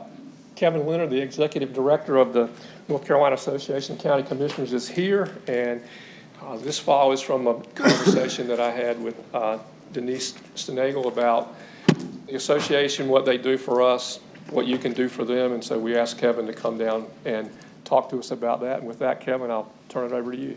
Kevin, thank you. Thank you for being here this morning. Hopefully you brought a pocket full of money with you. Just joking with you. Not sure about that. I will say this, that it's been an inspiring conversation to hear, and I'm glad that I was in the audience. I am too, Kevin. To I hear was that. thinking of that as you walked up to the podium. You got a very, very clear in full technicolor view of Dare County's issues and why we're trying so desperately to influence the legislators to enable us to try to get some solutions and with state assistance. I'm thrilled, Mr. Chairman, members of the board, to be here today and to hear that, and the passion in which not only your community has come to talk to you, but the passion that you brought to the community to demonstrate to them your heart of public service. So it truly is a gift to be able to listen to this, and I truly appreciate the opportunity to be before you. My name is Kevin Leonard. I'm your executive director of your state association. I have the honor of representing you in that way, and it truly is an honor for me to do that. And I represent a whole team across the entire state of North Carolina that works every day for you and the other 99 counties in the state of North Carolina. I'm joined by 2 of my colleagues, and I wanted to introduce you to them. Denise Stenagel is what I call a recovering county manager from Wilson County. But she's on our team now, a member of our outreach team. She is your touch point. If you need anything, you can reach out to her. She often reaches out to Bobby and staff, but you can always reach out to her. Of course, you can reach out to me or anybody else on the team, but she's your designated person for this area of the state. And I'm also joined by Norma Houston, who y'all may know, who lives here in Dare County. Norma and I have had a chance to work together for a very long time in my career at state government. And when she recently retired, I wouldn't stop calling and pestering her to come join our team. And so I was able to convince her to join us in a part-time role. And she's working on our disaster technical assistance team, which is new for our association, and I'll look forward to telling you a little bit about in a moment. I do have a presentation, PowerPoint, and I can go as slowly or fast through that as possible. I'll try to be concise and save time, Mr. Chairman, if you have any questions, if anything that you want to talk about. We have lots that we could talk about legislatively speaking. There are a lot of issues going on. But let me start with a thank you for your public service. Just again, listening this morning, the daily operations of local public service are complex, and we know that. And I had a lot of stuff I was going to say here, but the thing I want to boil down to is that it makes me think you're not alone, that your association is here for you as commissioners, and as your staff, we're here for them. Because there's a lot of complex things that you have to wrestle with every single day, and our aim is to try to make it a little bit easier on you. If it's knowing that you're not alone, because you've got 587 county commissioners across the state of North Carolina who are going through very similar things. They may not be going through beach renourishment, but they're going through very challenging things as well. And so reaching out to them to learn from that, and we can connect you with those folks. But your job's not an easy one, and I recognize that, and your association is a safe place, a safe harbor for you to come. You know, our association was founded in 1908, and we've been working together since then. We're a nonpartisan group. As a lot of our leaders say, we're not red or blue, but we're county green. So it's a place that we all work for county government and what's good for local government. I often say when I get to talk to commissioners across the state or groups that county government is the front door to democracy. And you witnessed it today. People coming in to talk to their local representatives about things that are important to them. And I'll be delicate about this, but we all know that the federal government is shut down right now. The state government has not passed a budget. And y'all are here. Y'all are doing the work. You are the practitioners of government, making it work every single day, and I thank you for that. And it's not like you're in it for the large sums of money, all the thank you notes, all of the things. You're doing it because you care about Dare County and you care about the people that live here. And we recognize that as your association. I do bring greetings from your president of the association, Wallace Nelson, who's from Perquimans County. I will say and bring to your attention that his presidential initiative this year is focused on access to health care. He's, as I said, from Perquimans County, so he knows a lot about rural health care. And Norma was telling me, and I overheard Bobby talking about the helicopter that y'all have. I'm not sure, but y'all might be the only county to have a helicopter because of your health care needs and the island. So I completely understand that. And that's something that is unique. But you have to have access to health care. And President Wallace Nelson, he knows that. And he's going to help us shine a light on that this year as we discuss that. I'm going to move on. So this is my generic PowerPoint about the value of your membership. So let me thank you for that. The value, you have been members for the association. We've had 100 counties be members of the association for as long as I know. And so we don't take that for granted. We thank you for your membership in the association. As I said, we started in 1908. A gentleman named C.E. Foy from Carteret County, he said, we are better doing this together than doing it apart, especially down in Raleigh or in Washington, D.C., on our advocacy. So we were born out of that advocacy. Our motto or our vision is empowering 100 counties to work together for the betterment of one state. Our mission is the North Carolina Association supports and promotes all the counties through advocacy, education, research, and member services. So let me jump into a couple of these services that we provide. We're not just advocacy, we're a lot more than advocacy. We've been running programs that help your county and other counties for years that have given back funding to your county. We run a program called EMS Medicaid that helps set the rates or give knowledge to the Secretary of HHS to set the rates on ambulance EMS Medicaid rates. And we will do a cost report that will give money back to your county and to other counties enrolled in the program. Since its inception, we've been able to save counties about $750 million in monies back to you. And just last year in '24, it was $50 million. We have a debt set-off program. This is money that is already owed to your county, whether it's through property taxes or things that are not collected, and this program helps you collect those debts.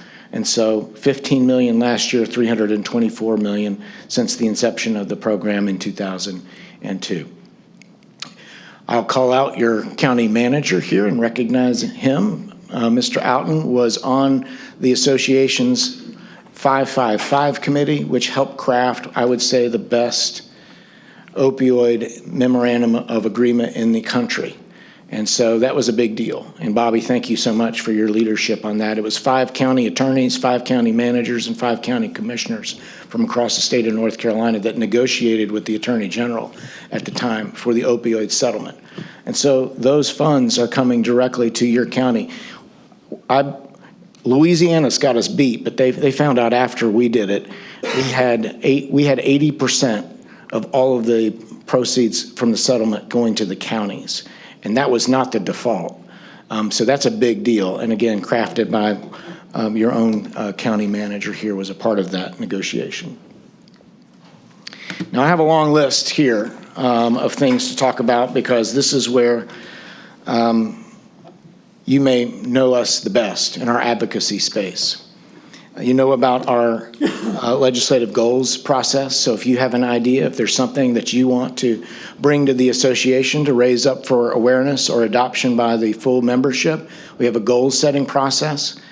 It's pretty remarkable, the association, I think, that we're able to have such a process that brings 100 counties together and forward a legislative goal set where we can all agree upon that.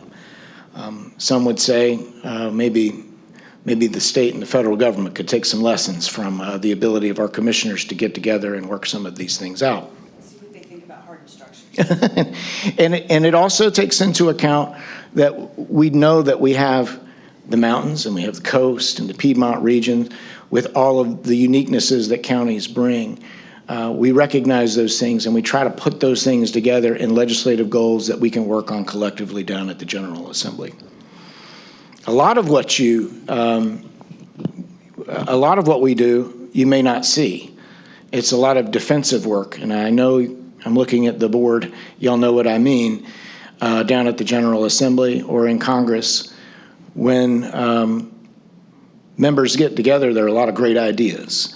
And some of those ideas have unintended consequences as it relates to the impacts on county governments, unfunded mandates and such, and rules that we would have to follow that would be onerous to our county residents.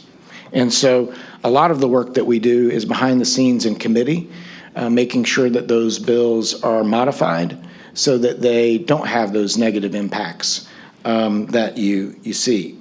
One, and this was a particular segment of our counties, about 19 counties are in the state health plan.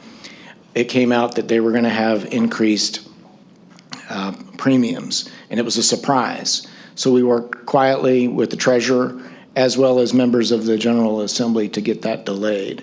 And so the sort of those things that are quiet and behind the scenes. A lot of things also are on the defensive side. I'm thinking about property taxes. This year, we saw an unprecedented amount of legislation that wanted to pass property tax exemption and exclusions. I take issue with that, and so does your lobbying crew down there, because your advocacy team, that's the state government saying we want to give certain segments of the population a property tax exemption. And if they want to do that, that's fine. But they need to use their state dollars to do it and not use your dollars to pay for what they're passing. That is an unfunded mandate. And again, I was in committee talking about these different groups of folks, and it's not like we're against wanting to give property tax relief to certain groups. But it's the issue of the state government wanting to spend your money to do it. And so we were successful in fighting back against some of those things or modifying that language that was in the House Finance Committee. Another specific issue I'll raise to you is land use and zoning. There's been a lot of conversation about affordable housing. And the Home Builders Association, who I'm friends with the Home Builders Association executive director, it's a tedious issue about affordable housing, but they want to, there are certain elements in the General Assembly that want to take away your land use ability, your right to regulate your land and zoning in your county. And we're not for that. That's your decision. You are the people who are elected by your community, by your county, to make those decisions about how to best adopt policies related to land use and zoning, not the General Assembly. So those levers need to stay with you, and that's the position of the association. School funding, lottery funding, I know there's a big issue. We worked a decade on making sure that the funding came back to school construction out of the lottery. At one time, it was down to 17%, and now it's over 50% of the lottery dollars come to our counties for school construction. And we were able to help modify that for renovations as well, not just new construction. I'm going to spend a moment on federal policy because I have found myself this past year working more at the federal level than I ever have. I've been to Washington in the past 3 weeks, 3 times, to talk to Senator Budd and Tillis. In fact, less than a week ago, we were sitting with both of them talking about Helene recovery and members of the House. If there's an opportunity for you to get engaged on FEMA, now is it. And I would encourage you to do so. And I can help you if you want that. We were up there advocating on Helene, but being down here at Dare County, y'all know hurricanes better than anybody. And right now, my assessment of what's going on with Helene recovery, and this is what I told both senators and representatives of the White House last week, is we're caught in the middle. Our reimbursements, in fact, I called some of your staff to talk about this, that is this normal, this lag on reimbursement? It's not fast, we all know that, but it's really slow right now going on in the mountain counties. And my assessment is that the president came down and he said, we're not going to forget North Carolina and we're going to fix FEMA. And what they've done through their FEMA task force is they've taken the gears apart and it's sort of laying on the garage floor right now of the motor. And right now, North Carolina is in limbo. And so this was the message that I took to Washington last week. But here's why I think this is critically important for this board and for people down on the coast. We got to work together to get this fixed fast. And I know that y'all have already taken steps to put money aside in case you got to go it alone. And we can't go it alone. We've got to fix FEMA. Whatever that looks like, I'm not sure yet. There is a bill in the House, in the U.S. House, and I can get you the number. I can't remember it off the top of my head, but we were lobbying on that last week in Congress. And NACO, the National Association, has a disaster task force. We played our Hurricane Helene documentary for them. And we likely will be doing that again in February, March at the National Legislative Conference. And that's where I think if you want to get involved and lobby on making sure FEMA is working by next season, the press is on to do it during that time frame. And happy to get y'all connected with the folks there, and we can work together to do that. It's imperative that we do this together to get this before the next storm hits. And the odds are the next storm's going to come down here, not up in the mountains. So that's advocacy. Again, we could talk about Medicaid and SNAP and all of the things that, that's another reason we've been really engaged lately, is House Bill 1, HR 1 that passed is going to significantly shift responsibilities to counties in North Carolina for the redetermination eligibility of certain folks who are on Medicaid as well as SNAP. And that's going to put pressure on your Department of Social Services. So I know y'all are already aware of that. It's something we've been pushing hard on and have been working directly with the North Carolina Secretary of HHS about how we're going to tackle that in the next year, because you're going to have to start looking at that in your next budget cycle in the spring of next year and how that's going to impact things. So that's advocacy. Our conference and events, I've seen many of you all there, and we wish that you would come some more. Annual conference will be in Durham next year. It was good to see many of you in Pitt County. I hope that y'all enjoyed your time there. One of the great benefits of your association, as I said, is knowing that you're not alone and meeting people across the entire state that come to our conference, and you can find out what's going on in their county. We produce, I put a map book in front of you. It's at your dais. There's a lot of great data. We just released that in August. It's a great tool that you can use to compare yourselves in the region or across the state.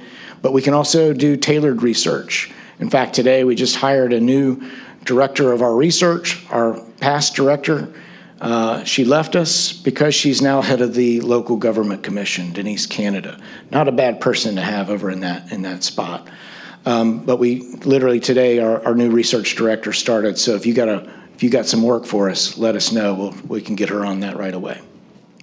We do a budget and tax survey, good information that's broad-based across the entire state. I mentioned our documentary, and I attended your second meeting, I believe it was, of the Coastal County Fisheries meeting. And we did talk about maybe, and I've already talked to Chris, our director, about maybe getting some video and working with Dorothy on that, and committed to making sure that we tell the story of our coastal communities, coastal counties, and the importance of fisheries through our communications channels to do that. So we have opioid technical assistance, financial technical assistance. Y'all don't need this, but if there's ever a search that you need for senior county professional staff, we can do that. That's a lot of the work that Denise does for this area of the state and the counties. The things I'm telling you, really, we're the only association doing some of this work in the nation. The General Assembly gave us funding to provide technical disaster assistance, helping work through the complexity of FEMA paperwork, which y'all know far too well about. And I wish that we had had this previously when y'all were going through some. But my aim is to build a team that will do this for the future, for all of our counties across the state, because you can't go it alone. Y'all have a remarkable staff here who are doing things, but we can help you not only in the technical assistance space, but in the advocacy space as well. I've already talked about the robust network. I know I'm going long, so I'll try to wrap it up. And if you want to get involved, we'd love to have you involved. There are plenty of opportunities through the meetings that we hold, but also the steering committees that we have. If you want to volunteer to be a chair, because you just don't have enough to do already, you might want to volunteer to be a chair of a steering committee, which is appointed by our president. You need to start talking to those incoming presidents about that. But a great way to start is just to volunteer to serve on a steering committee, learn about statewide issues. Again, the network of people that you will meet is tremendous. And I think that's about it. There's a lot of resources that we've provided to you. Mr. Chair, thank you again for the time. I hope that wasn't boring or too long-winded. If there's anything that you ever need, please know that we're here. And as I said, you're not alone. Your association's here to help you. Kevin, we certainly appreciate you being here today. And yes, thank you for your support of the Coastal Counties Coalition. I know we spoke at the last meeting, and I appreciate your help in certainly working with our staff with that. It's pretty critical, and we need all the help we can get there, and I thank you for your support there. Yes, sir. It means a lot to us. Thank you. Anybody have anything they'd like to ask of Kevin? Or? I love the video educational on our Coastal Coalition Fisheries, what we're trying to accomplish, the impacts. So ASAP, what can we do to help move it along and provide you whatever's needed to get it done? Yeah, we've already got a 23-minute video we did a few years ago, it's still relevant for today, that we're gonna share with them. Good. Right. I would be remiss if I didn't point out that Chris Baucom, who I mentioned earlier by first name, is a Dare County alum too. He used to work on your team here. And so I'll make sure that we get up with Dorothea. And by the way, she's going to also be helping us teach our chairs training in January on crisis communication. So we appreciate you doing that. But we'll get together with you about getting that video and as much of the raw footage as we can to do that. Well, thank you again, Kevin. And as always, Norma, nice to see you here. Appreciate all you've done over the years. And Denise, we appreciate you being here as well. We'll have to start loading up your email box. You go for it. Mr. Chairman, members of the board, thank you again for everything. And we're always here if you need anything. Thank you, Kevin. Thank you, Bob. Thank you. Yep. Chairman, that brings us to item 6 on the agenda. This is a resolution to repeal a portion of our ordinance with regard to the recording requirements for documents, and our Register of Deeds, Cheryl House, is here for that presentation. Good morning, Cheryl, and thank you for being here. Thank you. I am asking, which Bobby will read the resolution shortly, to have, actually, it was 1979, there was an ordinance put out that required the return to be put on all real estate documents. 1979, it was necessary. 2025, it's not. We have, like most of our recordings are done electronically or brought in. Very few are mailed in anymore. Even if they are, we still have the prepared by that we can return these documents to. Right now, if we get a document that does not have the return to, no matter which way they're recording it, we have to reject it, which takes time. If we have to mail it back, that can stop them from getting the funding that they applied for. So what I'm asking is that that part of this ordinance be removed. You want to read that Sure. resolution, Bobby? I will. Whereas the Dare County Board of Commissioners previously adopted an ordinance requiring that the Register of Deeds not accept for registration any map or instrument affecting real property unless both A, the name and address of the person to whom the document is to be returned, and B, the grantee or owner's permanent mailing address were affixed on the face of the document.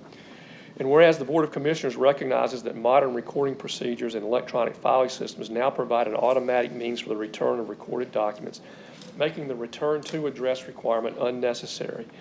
And whereas the board finds that repealing the return to address portion of the ordinance will streamline recording procedures while maintaining the requirement for the grantee's or the owner's permanent mailing address to ensure accurate property records. Now therefore be it resolved that the Dare County Board of Commissioners hereby repeals that portion of the ordinance adopted pursuant to NCGS 161-30, which requires that the name and address of the person to whom the document is to be returned be affixed on the face of the document. Be it further resolved that all of the provisions of the ordinance, including the requirement that the grantee's or owner's permanent mailing address appear on the face of the document, shall remain in full force and effect this the 3rd day of November 2025. Pleasure of the board. Motion to approve. There's a motion to approve by Commissioner Balance. Do I hear a second? Second. Seconded by Commissioner Burris. Is there further discussion? County man, I have no opposition. I just have to confess, I read this and thought, this is like a nit. Why are we even putting time? So clearly I didn't understand. I was going to ask you just for a moment, for me, why is this a big deal that we should repeal it? And again, not that I'm opposed to repealing it at all. I just don't understand why it adds so much complication to your life, Cheryl. So if we get a document mailed in to us and it does not have the return to on that document, we have to mail it back to them. That with the mail today, depending on where it's going, can take a week to 2 weeks. During that time period, if someone has applied for a loan and that time period ends, they possibly have just lost their interest rate. And in losing their interest rate, they may not be able to buy the property that they were wanting to purchase. Okay. If we're able to go ahead and record it without that on it, it fixes the problem. So it was originally, I may look to the county manager on this, it was originally passed by this board for a reason, or do you think we were just being Yes. extraneously In the past, complicated?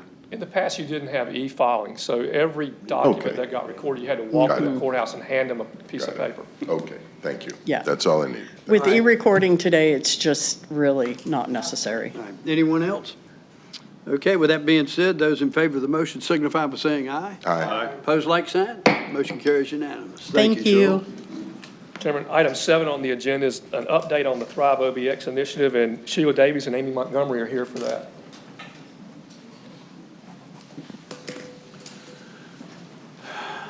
Good morning, ladies. Good morning. Thank y'all for being here. Sheila. I know. It's all right. Don't look at this. Careful. Okay. Good morning. As I was thinking about Amy and I coming before you this morning, I was thinking, on your agenda and just some of the stuff that you're dealing with, we're dealing with in the county is so heavy and so stressful. I was even thinking, gosh, is this the right time to bring this update to you? And then I thought, yeah, it really is, because what we're going to share with you, the update on Thrive OBX, it really is something uplifting, and hoping the county can continue to embrace this. As tough as things are, there always needs to be bright places of hope, and where we can actually engage with our citizenry in well-being and thriving and living. And that's what this initiative is all about. So I'm excited that Amy and I are here now to talk about this. We, the county, and Outer Banks Health, the hospital, have had a long-standing relationship and really many, many successful initiatives. Interestingly, Amy and I actually go way back as well. We actually competed on the same softball team in high school back in Suffolk, Virginia. One of us is a year older than the other. I won't say which, but anyway, so our partnership as well goes way back, and it's kind of neat to see that we're both here in Dare County and both working for some amazing The same wellness softball team? Are you kidding me? Yeah, yep. Pretty amazing. So, but in taking that spirit of partnership and camaraderie and working towards wellness and well-being, we are going to, continue to push this relationship between Dare County and Outer Banks Health forward, and Thrive OBX is going to be a great way to do that. Many of you were involved when we worked on bringing the blue zones here to examine, what would that look like in Dare County? Is Dare County poised and ready?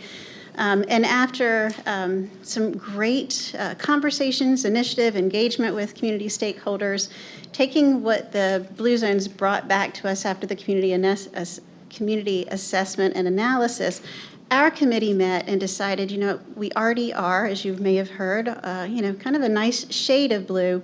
We believe we have the resources and capacity in Dare County to actually take that initiative on ourselves as a community, instead of having to pay a consultant to lead us there. So I'm excited. I'm going to turn it over to Amy to talk about where we are going now and the initiatives that we're hoping to get you all involved, as well as the community moving forward.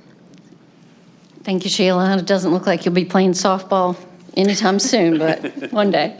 I think there's a PowerPoint, if we could pull that up.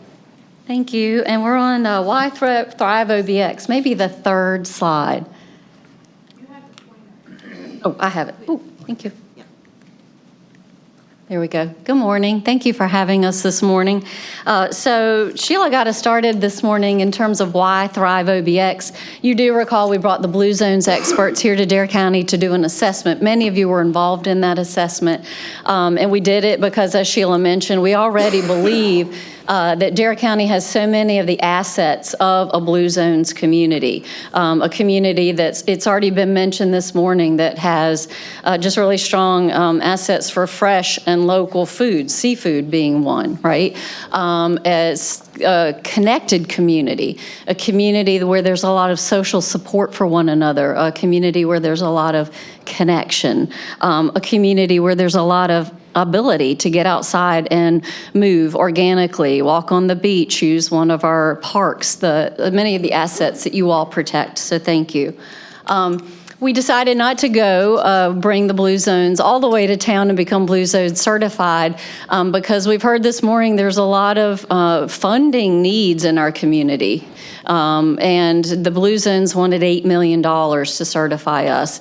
And we decided that was not a good investment for our community, that we could do this work ourselves. We have the talent of Sheila and her team and our team at Outer Banks Health to continue on this path to well-being in our community without sending $8 million to Minnesota. So I think we made a really good choice there. But a really good reason, too, that why we're continuing on this path is what we know by lots of longitudinal research of millions of people over time proves time and time again that our well-being and our longevity is really tied to the decisions we make each and every day and our lifestyle. So 60% of our well-being and our longevity is tied to the decisions we make every day and the environment we live in and whether it's a healthy environment. 30% is tied to our genetics. And then 10%, and it is important, is access to essential health care services. And we work hard on that with you all every day as well. So we just really do feel like it's the right thing to do, to be in the space of helping individuals in our community live in a community that promotes well-being and longevity, as well as know the things that they can do on a daily basis, the decisions they can make to improve their well-being. Much like the conversation about, cleaning up, that individual responsibility as well as what the county can do. Healthcare is the same way. It's a shared responsibility, and this is our part in educating the community. So what is Thrive OBX? Thrive OBX is a community initiative designed to inspire well-being and longevity. And what our local team did, the health department and folks at Outer Banks Health, is we took the Blue Zones Power 9. You probably remember that from a year. Yeah, I know you do. And then the 6 pillars of lifestyle medicine, and we combine those into 5 things, just to keep it really simple for people. So what are they? Nourish. So everything we put in our mouths is important, right? The good things and the things we shouldn't put in our bodies. And so it's, basically a plant-forward diet with lots of fresh local seafood and all those things that are healthy for us, as well as avoiding harmful substances. So that's one of our pillars. Movement. Our bodies were made to move, so any movement that we can do to keep our bodies moving is essential for good health. Purpose. What they found through the Blue Zones research is it's really important for individuals to know their purpose. Why do I get up in the morning? Why does it matter that I show up? Because having a purpose gives you a reason to live, right? And then engagement. We talked a lot this morning. We heard from this nice young woman planning the event for older adult services coming up in November about engagement. She said the word connection a few times, so I hope we have a Thrive booth there. But human connection is really essential, and that doesn't mean you have to have 50 friends and go to big parties every weekend, right? That means, do you have 3 people you could call in a pinch? It means, do you belong to a faith-based organization? Doesn't matter what it is, where you have social support, where you can go to a place, a third place. People know your name, people care about you and are looking after you. We have a lot of that in this community. And then balance, restoring, the stress relief and sleep. Good sleep is essential to well-being. So we are implementing Thrive as we speak. So Thrive OBX initiatives, we've started in Dare County schools. We have a Thrive liaison in every school. And we are implementing Thrive activities in the schools, and we're letting the schools choose. What do they want to focus on? Some schools are getting pedometers and engaging with activity and movement among their students. Some schools are choosing to focus on their teachers and doing some connection activities after school. So it just depends on what they want to do. We also are engaged with Food for Thought, the program that the county supports, where students take home food on Fridays because they need food over the weekend. And so our lead nurse, Debbie Dutton, is leading that project where we're having Thrive information in those bags on Fridays. So that's one way we're engaged. And then the Thrive Bites trailer, you'll see it pictured. If you attended our Cancer Shucks events a couple of weeks ago, you saw it there. But this is our mobile food trailer where we're taking healthy eating and recipes on the road. We'll bring it to the county for county team members, I'm sure. And we have a great partnership with your Emergency Operations Center with Thrive Bites. So next time you guys are sequestered for a big storm, we're going to have Thrive Bites and our chef on site to cook for you. And in return, the EOC is going to shelter our trailer so it doesn't rust and is no good to us in a couple of years. So great partnership there. And then Thrive OBX in the workplace at Outer Banks Health. We're implementing it with team members, and Sheila and Elizabeth Riley and your team are going to do that here. So Dare County team members will benefit from some initiatives. And last but not least, if you're here during the month of February, we have designated February 2026, and every February thereafter is Thrive Month. So we have 25 different activities in all the 5 categories, and we've set it up similar to the 12 Bars of Christmas. I know some of you've participated in that. You buy a punch card and you go, and so you can buy a punch card for Thrive and then participate in healthy activities on an honor system, punch your card, and then we'll have prizes at the end of the month. So this will be a community-wide initiative where during the entire month of February, we're focused on well-being and longevity. And then our website will go live very soon. And these are our social media sites and websites, Instagram, Facebook, TikTok, because we'll have some movement dances and things like that, and YouTube. So this is Thrive OBX, and we're happy to share it with you. And thank you for your interest. Thank you. Thank you. Any questions? Amy, will there be the gala event in February or March that was last year, Blue Zones? Yes, it will be February 28th. Uh-oh. So it will culminate the Thrive Month, and we're just going to have lots of fun activities. Save the date. Save the date, February 28th. And that funds a lot of our initiatives, so thank you. Thank you. Thank you. Thank you, lady. Sheila, while I got you, would you bring us up to date where we stand with SNAP and how it's going to affect there, and do we have any alternatives or whatever? Do you have a minute to update us? Yes, sir. So as you all may know, with the government shutdown, there's impacts to both SNAP and WIC. SNAP benefits, the ability to provide additional funding ended on November 1st. So what that means for SNAP recipients, which there's about 1,800 in Dare County. It fluctuates between 1,600 and 1,800, but as of a report this morning, it's in the 1,800s. Any of those individuals who had benefits on their SNAP, their EPT card already, they could still use those, but they don't get any additional money allocation for November, so their monthly allocation. And that's the way it is, unfortunately, until the government opens up. And then fortunately, when it does reopen, it would be very quick for us to be able to then issue those benefits, whatever their benefit status is. But until then, until the government opens, we have no ability to provide any additional funding. Yes, sir. 1,800, I'm not trying to pin you to a number. I'm thinking out loud. A quick percentage wouldn't be accurate to say 37,000 people live here, 1,800 people, or sort of 1,800 individual clients that may have several people supported by them? No, it's 1,800 individuals. It's about just over 1,000 accounts. And then those accounts, because you might have children on your Yes, account. that's what I was getting Yes, so at. just over 1,000, it equals about 1,800 individuals. So 5% would be a fair estimate of county Individuals. individuals. And then WIC impacted. right now is about another 650.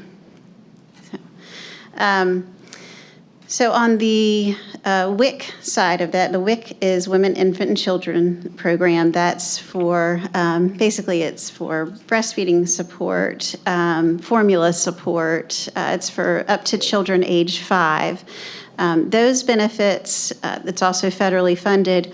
The state, there's enough allocation for North Carolina. We just received word this morning. We thought it would go until November 15th, but they're calculating all the time, managing the numbers. WIC benefits look like they'll be able to extend until November 30th based on the money that's in the state to support WIC. But SNAP ended effective November 1st. What do we know what an average monthly is on the SNAP? It ranges. I can tell you last month, collectively for those roughly 1,800, it was about $375,000 in food benefits. Wow, for the month. Yes. That's lower than I thought. I was doing some Yeah. mental projections. I So thought it'd be our higher. portion of the county to administer those programs, it's roughly about $60,000 a month that we typically get from the federal government to pay for the staff to administer those benefits on the SNAP side. And it's just under $20,000 on the WIC side to administer the benefits to the WIC individuals. Do we have staff that's specifically assigned to SNAP?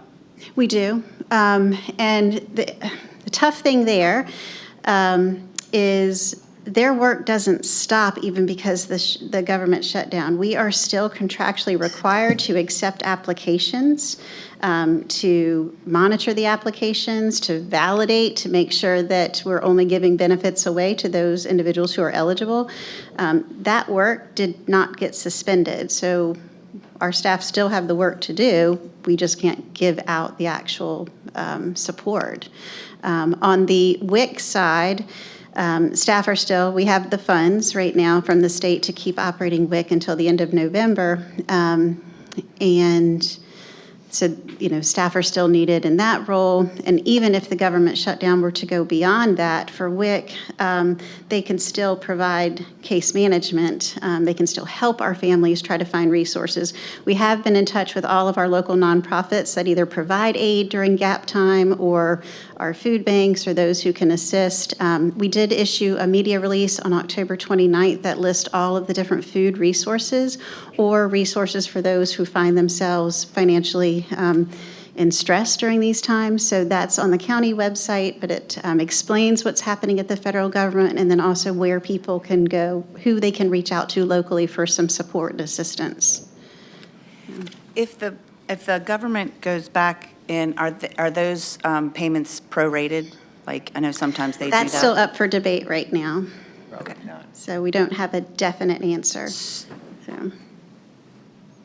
Sheila, when we talked, or I talked with Chuck last week, the staff cost that goes on during the shutdown, whether we get the funds or not, we have the ability to cover that until when? On the health side, we calculated into the probably the spring. And on the social services side, Chuck feels pretty confident probably into February, March without an issue right now. We would be doing that through lap salary and, moving money. But so we're feeling pretty secure with our staff and being, with those positions even without the funding. Hopefully, though, we do get the reimbursement for where they haven't been funding us, but we just aren't sure yet. So that $80,000 a month for those two programs, if the shutdown prolonged, then we can keep the staff that we're required to have, whether they pay the benefit or not, indefinitely without having to come to you for additional funding. Right. We don't have the ability to cover the benefits at Right. $400 and some thousand a month. 375, you said? 375. For the one And then WIC as well, WIC was an the other. additional. How much was WIC? WIC runs anywhere probably about 80 to 90,000. Okay, sorry, I missed that one. I got a question, Sheila.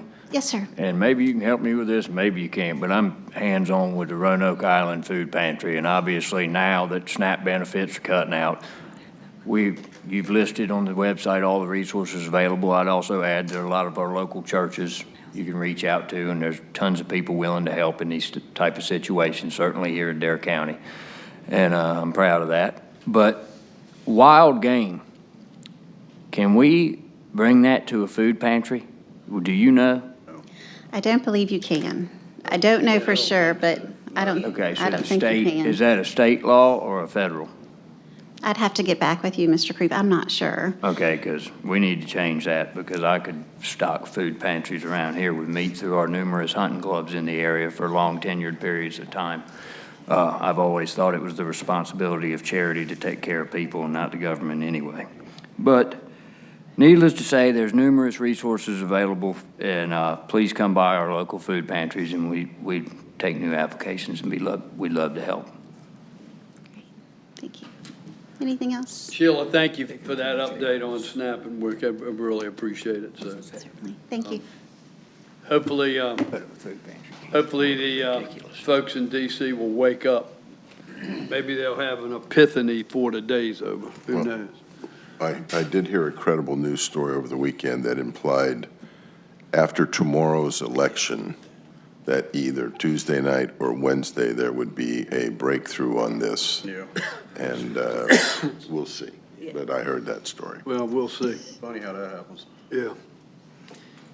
All right, County Manager? Sure, that brings us to item 8 on the agenda. This is a modification to our lobbying contract. In the past, we've paid our lobbyists $5,000 a month while the legislature was in session. And so what's started to happen is the legislature never goes out of session even though they're not working. And so we were paying for sessions where there was nothing to be done because there was nobody there to lobby.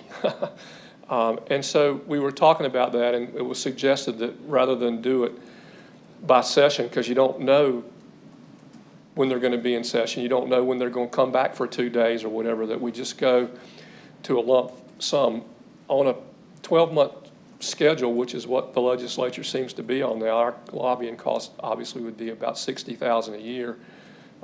They suggested maybe we cut that to $50,000 lump sum, and then we don't have to try to figure out whether they're in session or out of session. They'll work for us 12 months out of the year, doing the things that we need done up there, doing the research, whatever we want them to do during that period. And again, the way the legislature is operating now, that would potentially save us around $10,000 a year.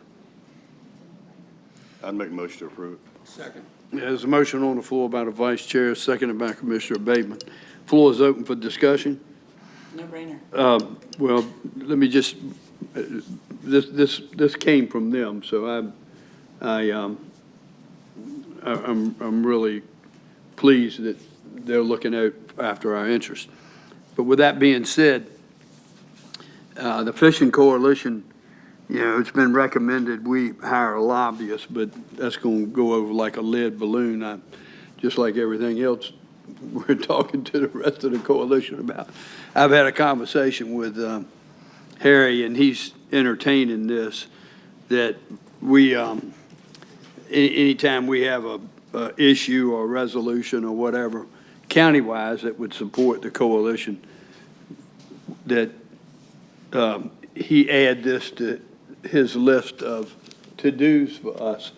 So, and I'm hoping without any additional funding, so I'll wait to hear back from him. He's going to talk to his co-workers, and he'll get back to me. But just keep that in the back of your mind. We need for them to lobby for us, especially with resolutions that our board's putting out to the legislature. So that's a FYI. Any Mr. further? Chairman, in that regard, though, if we ask him to lobby on fishery issues for Dare County, that's part of our contract. Right, it's only that's right. if we throw in the Right. coalition that they've got to That's figure out correct. what they want to do. That's Okay. correct. All right. Any further comment, any questions, comments? All right, hearing none, those in favor of that motion signify by saying aye. Aye. Opposed, like sign. Motion carries unanimous. Thank you. Item 9 on the agenda is the consent agenda. You have the approval of the minutes from October 6th. You have the tax collector's report. You have the budget amendment for the A250 committee. You have a public works utility easement. You have a mini Brooks exemption resolution. You have a budget amendment for disaster recovery fund. You have a budget amendment to close out the affordable housing grant. You have a proposed Dare County Public Library Advisory Board bylaws. You have a Hatteras Water Plant reverse osmosis water treatment unit sole source resolution. And you have the Dare County DHHS Public Health, NCDHHS Office of Rural Health Telehealth Infrastructure Grant. Pleasure of the board. Motion to approve. Okay, there's a motion on the floor by the vice chair. Is there a second? Second. Second by Commissioner Balance. Any further discussion? Hearing none, those in favor signify by saying aye. Aye. Opposed, like sign. Motion carries unanimous. Item 10 is your board appointments. You have the Older Adults at Services. Claudia Hennessy's term expires this month. She does not wish to be reappointed. The Older Adults Services Council recommends that Betsy Kelly be appointed to fill Hennessy's seat and to appoint Dawn Askew and Laura Fitzgerald to the other 2 vacancies. Pleasure of the board. Motion to approve. Okay, there's a motion on the floor to approve. Is there a second? Second. Seconded by Commissioner Burris. Any further discussion? Hearing none, those in favor signify by saying aye. Aye. Opposed, like sign. Motion carries unanimous. Next is your Veterans Advisory Council. Anthony Imperiali's term expires this month, and the council recommends his reappointment. Motion to reappoint. There's a motion on the floor by the vice chair to reappoint. Is there a second? Second by Commissioner Creef. Any further discussion? Hearing none, those in favor signify by saying aye. Aye. Opposed, like sign. Motion carries unanimous. Who will appoint? Mr. Chairman, we need to go back to the Older Adults Services. Included on the list should have been Commissioner Burris's seat as well. We need to appoint him. Was there a motion to approve? So moved. Commissioner Bateman is second. Second. Commissioner Balance, any further discussion? Hearing none, those in favor signify by saying aye. Aye. Opposed, like sign. Motion carries unanimous. Next is your upcoming board and committee appointments. In December, you have the Equalization Review Board with 5 terms expiring, the Special Motor Vehicle Valuation Review Committee with 3 terms expiring, the Tourism Board with 6 terms expiring, the Working Watermen's Commission with 1 term expiring, and that's in January, and then in February, you have the Planning Board with 3 terms expiring, and that would be your agenda, Mr. Chairman. All right, County Manager, appreciate that. That brings us to item 11, and that's Commissioner's business and County Manager's business. Do you have anything else for us today? Yes, sir, I do. First of all, Commissioner Ballots has been working down in Hatteras hard on trying to help us with some daycare issues down there, and from that, some other things have occurred. The state recently updated, and I say that because this is about a daycare issue, and that's a critical need in Dare County now. The state recently updated the definition of family care home that would allow 10 children in a residential setting if it was adopted in a local amendment. There is a local provider that's going to come to you. They haven't done it yet, but they're going to come to amend our ordinances to allow that 10-care in-house daycare. However, there's a $400 fee to request. Our fee schedule requires you to pay a $400 application fee anytime that you ask for a text amendment to our zoning code. And they're asking that that fee be waived. I don't have a particular problem with waiving the fee, but the issue is I don't think you can waive a fee for just one person. You can't waive my fee and then charge it to Dorothy next week. So if we're interested in waiving the fee, then we need to do something more generic that treats like people alike, so that if we're going to waive it, we waive it for, daycare providers who are seeking amendments will not be charged the fee, and in that way, anybody that came in to amend the zoning ordinances to do daycare, we wouldn't charge that fee. Who is the requester again? This came from Sarah Sampson at the Children and Youth Partnership. The person that's the local provider is somebody named Melissa Cooper. So this is a local resident saying, please waive the fee for my application to Correct. be approved. To amend the ordinance to allow the 10-person in-home daycare. So up to 10 children. I get you. Why don't we just decrease the fee so it would be more applicable for them to be able to do I was it? getting ready to say the same thing. You know, $50. I mean, you all set the fee schedule, so we can do it. Do you want it $50 for anybody who does a budget amendment, period, or No, just for for the- just for daycare? Daycare. All right. So, and my thinking of this, and I talked to Bob about this, other folks, back in the day, you know, on Poor Ridge Road, we had 3 daycares. And they had 3 to 5 children per daycare that was there. Everybody operated in there, everybody was happy, and it was like, you know, family kind of thing. Now all of a sudden they're going away because the state came in and said you had to have this, the county said you had to have this, you had to have all this other stuff. So we've got major daycare problems, not only in Hatteras Island. All over. It's all over the place, and it's not going to get any better because the fact those folks that operate in the large daycares can't make any money. And they're Right. not going to do it for nothing. Right. So we even have to revert back to how it used to be and allow those people and give them the opportunity to make a living at the small daycare level. And hopefully that can maybe alleviate some problems. Or even that, if we support them, and we can't support every daycare in Dare County. Again, we can do whatever you all want, so I'm the just, amount of times that daycare is asked for the fee, the revenue part of it is insignificant, so it's just a matter of whatever you think is best. Do they have to allow, like, so they can, is that the 10, the number 10, is that coming from the state, or is that, the Yes. state says you can? That's the statute, yes. How are they being, so how is, are they being inspected or regulated or anything like that? Don't know the answer to that. They just basically, what my information says is that the state changed the rules to allow for 10 in a residential setting if adopted through a local text amendment.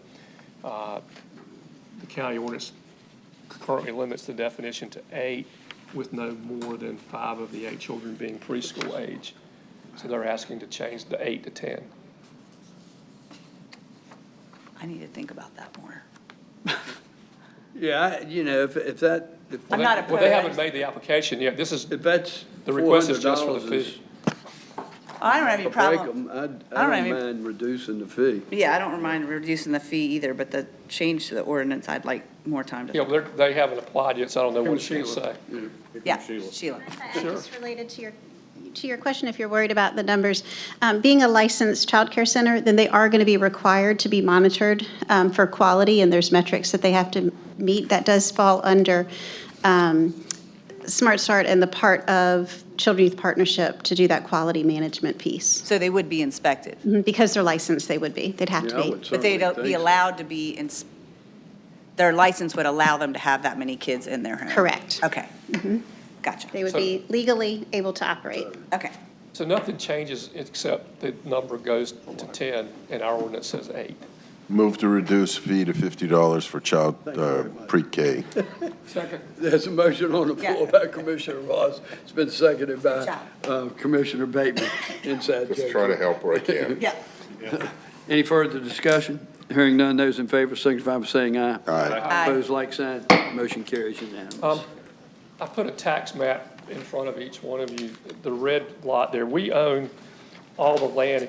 If you hold it up like this and you see Sea Haven Drive across the top, we own the land that touches the bottom part, the south side, if you will, of Sea Haven Drive. We own this lot here. There's a flag lot right here, and then there's a little strip that goes out to Highway 12. Where is this? Sea Haven Drive's in Rodanthe. It's just north of. We own the red lot. We own the red lot, we own the flag lot that's right adjoined to it, and we own And the strip. the strip. This is property that someone subdivided and had wetlands and basically said, I can't develop it, it's got too many wetlands, and I'm out, and abandoned it to us, and that's how we got it. So the fellow that owns this first house right here in Rodanthe, he wants to buy this lot from us, and he wants to move his house onto that lot, and wanted to know, would we sell it? And he also, I tried to get him to buy all of our property there, just get rid of all of it, so we're out. We don't have any use for it there. The flag lot, he says doesn't have any value. Hosey and his folks walk it. They said it's a buildable lot. It's worth $90,000. The guy didn't want to buy it. He is willing to buy the little flag down here by the road. That's has a tax value of about $3,000 or $6,000. So he's. I'm hearing you. I'm not. I'm not either. I'm not following I don't know either. what that means.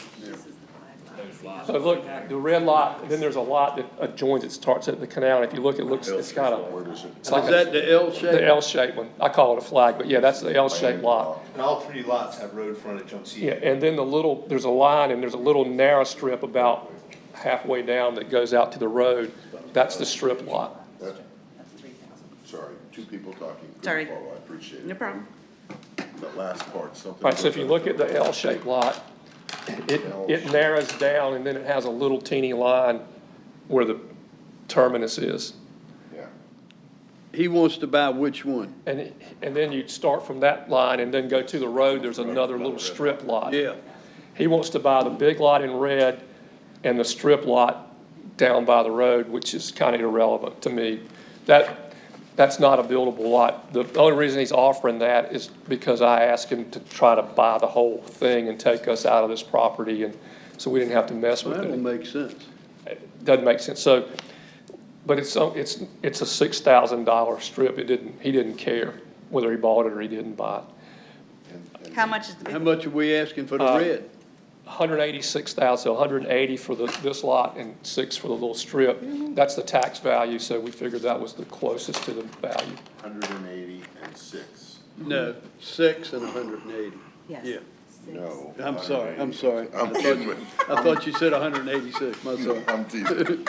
Yeah, so the total. I love these discussions. This is what happens at the end of I a have meeting. put in memory all of the maps and locations so that it's easy for me to draw from my hard drive. So Jesus. I mean, what would we need that piece of property for? we don't. Sell it, you know? Yeah. So there's a process we have to go through if you all are prepared, and I'm trying to help expedite it so he can move his house before it goes in. Normally, we would come to you with a resolution and do a bunch of other things well in advance of this meeting, but I just got this Friday, so we didn't have time to do that. So what I'm asking you all for is 2 or 3 things. One is to agree that you're prepared to sell it at that price. 2, authorize me to sign a contract to sell at that price. 3, authorize us to do whatever resolutions we need to do and sign those. And then 4, authorize us to publish whatever we need to publish.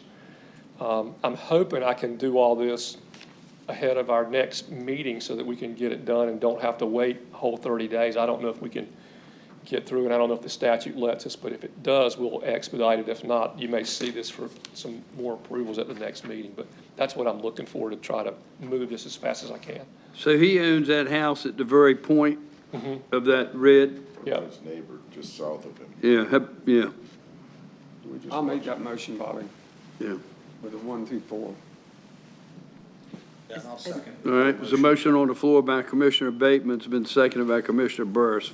Floor is open for discussion. Have we heard anything from the guy on the other side of him? I didn't ask him. He's off the property. They approached us. I mean, I mean, what's the significance of that?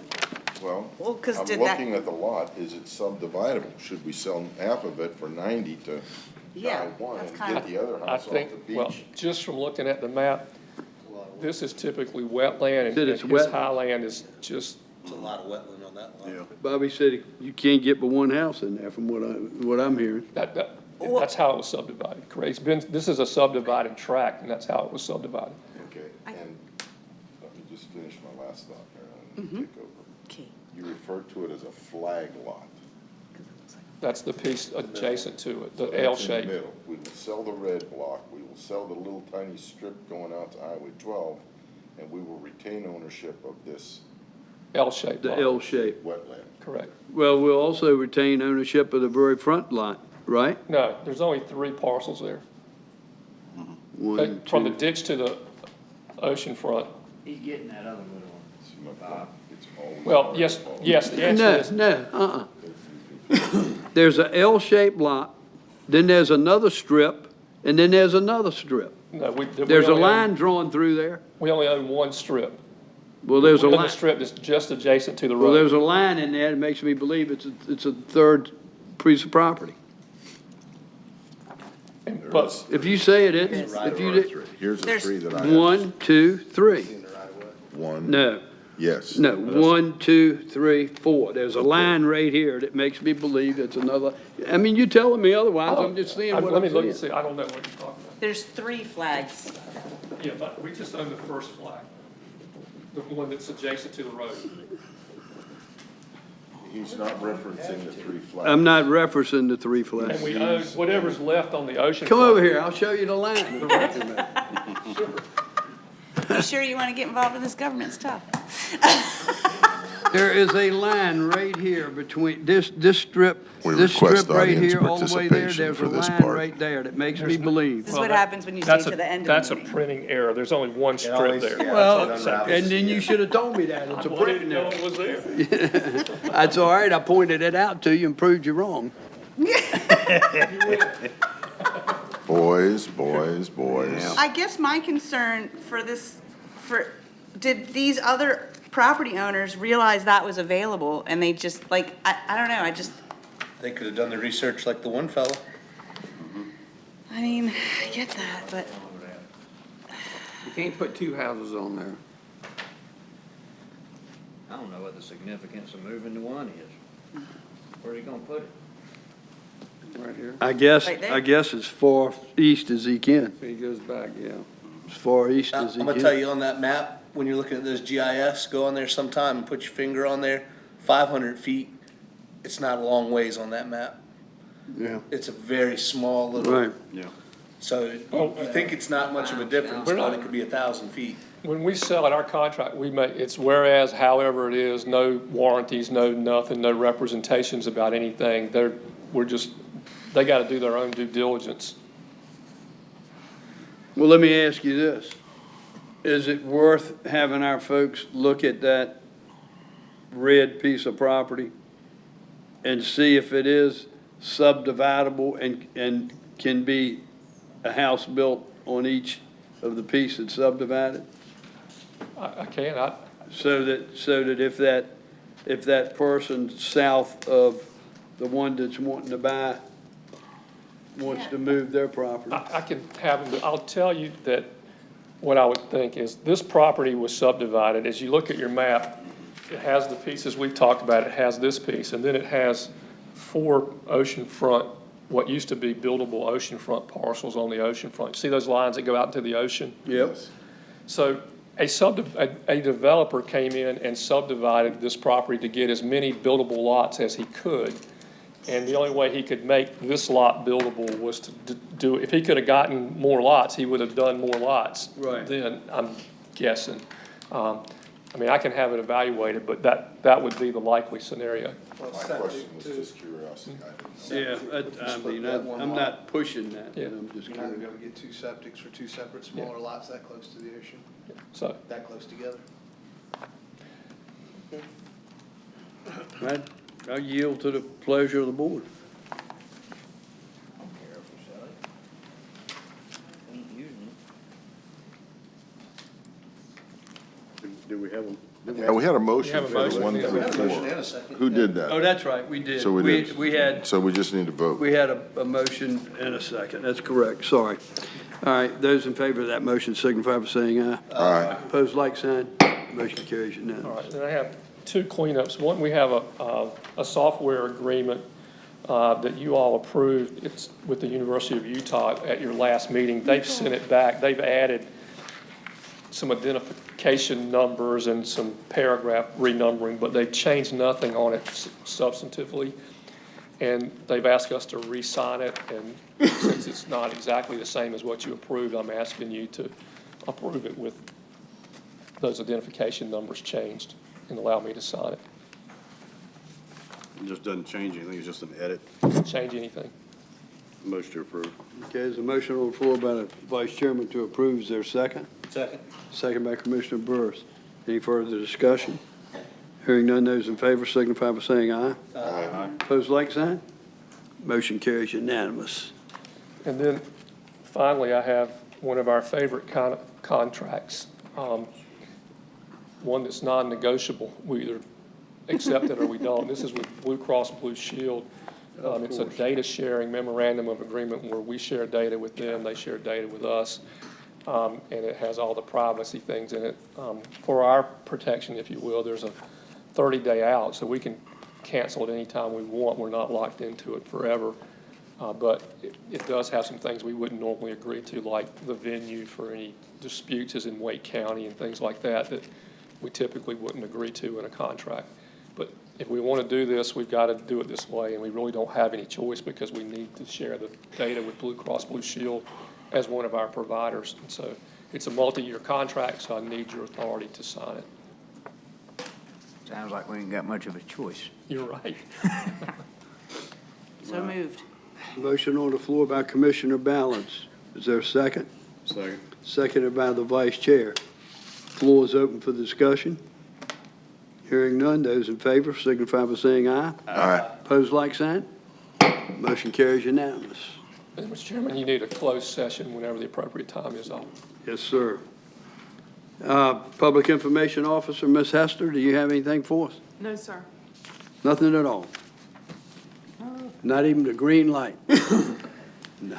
Well, you already did I the know, green light. I That know. was on my list of things to do. And I know. if I would say if anyone shines a green light to send that photo or send a photo to us at Dare County PR at DareNC.gov, because Caitlin's going to be presenting at the Veterans Luncheon at the Dare County Center.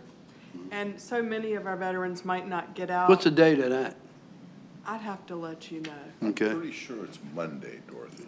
Yeah, send us that if you will. Pretty sure it's Monday. Yeah, I don't have the date, but she's going to share some of the photos that are submitted so the veterans in attendance can see those, because, you know, a lot of them are not going to be out all over the county in the evening seeing the green light. So that's something I'll add to the Operation Green Light. Okay, And I will follow up and let you know the date of that. thank you, It's gotta be appreciate it. Monday. All offices are closed Tuesday, so Yeah. it's gotta be Monday. Yeah. That's what I have on my calendar. Okay, thank you, Rob. Finance Director, Matt, you got anything for us? Yeah, so we're navigating the release with the FAA for the Public Works property, and so we're delaying our issuance from November 19th tentatively to the first week of December. We're not anticipating a material impact to the timeline or the cost of financing as a result, so. Thank you, sir. Just on that issue, Mr. Chairman, of course, the shutdown is complicating things, and there's nobody at the FAA. Dustin's been, he had a contact that he was talking to, and now he doesn't. And then on top of that, the person that he dealt with at the state aviation, who was helping him try to get through to the FAA, has now been moved out of that position. They got a new position there, somebody that isn't there. And now they've asked us for more information that we've already given them, and so it's getting to be complicated because of all the changes and all the shutdown. And we're trying to get them, whoever them is, on a conference call so we can sort of take them through everything that they have. I mean, we're talking about replacing something on that property that's been there since like 1972. You wouldn't think that we would be going through this where they're wanting to see, you know, the deeds and what are all the authorities and all those details that have been there for a property that's been there over 50 years. So nonetheless, that's what we're up against. And so I don't know what's going to happen. I think the longer we're shut down, the more complicated it's going to get. So just be aware. Okay, thank you. Speaking of bids, what are we bidding the nourishment for Buxton and Avon in January? I think it's sooner, It's sooner, but I don't Is it remember if it's sooner? November or December. but it's on the radar to rock and roll. It is. I was with our consultants on Friday, and I told them everything they had to do to expedite everything, because as soon as the weather got good, we wanted them guys out there pumping sand and repairing groins. And one other issue, the Visitors Bureau has the event site on their plans in December meeting for the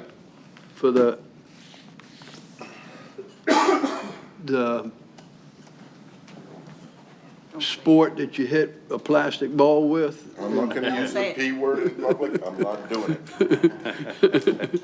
I didn't either, so that's on there. That's on their December agenda. All right, cool. Is that it, Matt? All right, thank you, folks. That brings us to Commissioner's business, and at this time, I'd like to ask Mr. Burris if he would kick it off. Yes, sir, thank you. I would like to first wish a very happy birthday to Miss Goodlow Murphy, 80 years young. I would also like to say we do have Veterans Day coming up, and I would like to thank all the people who have served this great nation and afforded us the freedoms and liberties we have. It's no small effort, and I appreciate everyone who has put their name on that dotted line and went out there and defended our freedoms and their service to this great nation. I look forward to this month. This brings in the time of year that I love the most. I come from a large family, and this is a very big family time of year with Thanksgiving leading into Christmas and New Year's. So I know there will be a lot of agenda items, a lot of people inviting us to a lot of different meetings and get-togethers, and I really look forward to getting out and being a part of everything that I can be in the coming months, because this is a time of year which I absolutely love and look forward to. And that's all I have. Thank you, Commissioner. Appreciate it. Commissioner Balance? So I also want to extend a happy birthday to Mary Helen, who has been taking pictures of my son in a Red Ryder wagon since he was born, every year at the parade, which is coming up on December 13th. Not sure he'll be in a wagon this year. He is 25 now. But He'll be pulling it. he'll be pulling it. But And thank you'll be you in for it. all that you've done over your 80 years young to be supportive of and inclusive of our government as well as Hatteras Island and all of the things. You're everywhere. I don't know how you get where you get, but you're everywhere. We did go to I did attend a housing meeting for the UNC School of Government this past couple weeks. The DARE Housing Foundation nonprofit, I signed the papers to be a part of that board last week, so we are moving forward. We have meetings coming up in the next 2 weeks to hit the ground running on that, and I'm really excited about that. November 7th for veterans. Again, my father is a veteran, and my father-in-law and my soon-to-be daughter-in-law's parents both. And so November 7th, the Cape Hatteras Secondary School, they do an annual celebration, veteran celebration. And if you guys have an opportunity to come down, they invite all the veterans of Hatteras to come for breakfast. And they all eat breakfast in the cafeteria, and then they go down and do a ceremony with the whole school. It's a really moving, wonderful event. I had the pleasure of attending the Dare Art Celebration saw Mike there, and the Cancer Shucks this last weekend. It was a great event, a lot of fun. I even got my husband out, so yes, he does exist. I know not many of you guys have met him, but he's there. And he's Is that true? Yes, he was very. I see him all the time. I'm not going to talk about Buxton. I think I said all I had to say in the last comments. Everybody knows where I stand on that, and I appreciate everybody here's support and reaching out when those events were going out, y'all checking on me, texts from Irvin, and you guys, it means a lot. Thank you. And I'm going to close with something that the Reverend said. He talked about, in his opening prayer about free will and personal choices and or best choice available, and I offer that kindness is always the best choice available. That is all. Thank you, Commissioner. Well said. Commissioner Ross. Thank you, sir. I will be brief. On the 25th, we had a terrific Dare to Scare Fun Run event at the Tillett Center. I was there dressed as one of the Pittsburgh Steelers, and there were a lot of people in costume, a lot of runners. There was a lot of candy given, and it appeared to be a very, very successful event. So shout out to Laura Lewis and her team and the entire committee. The Dare to Scare event was great. Obviously, I'm virtually 99% sure the Veterans Day lunch is Monday at noon at the Tillett Center, Monday the 10th.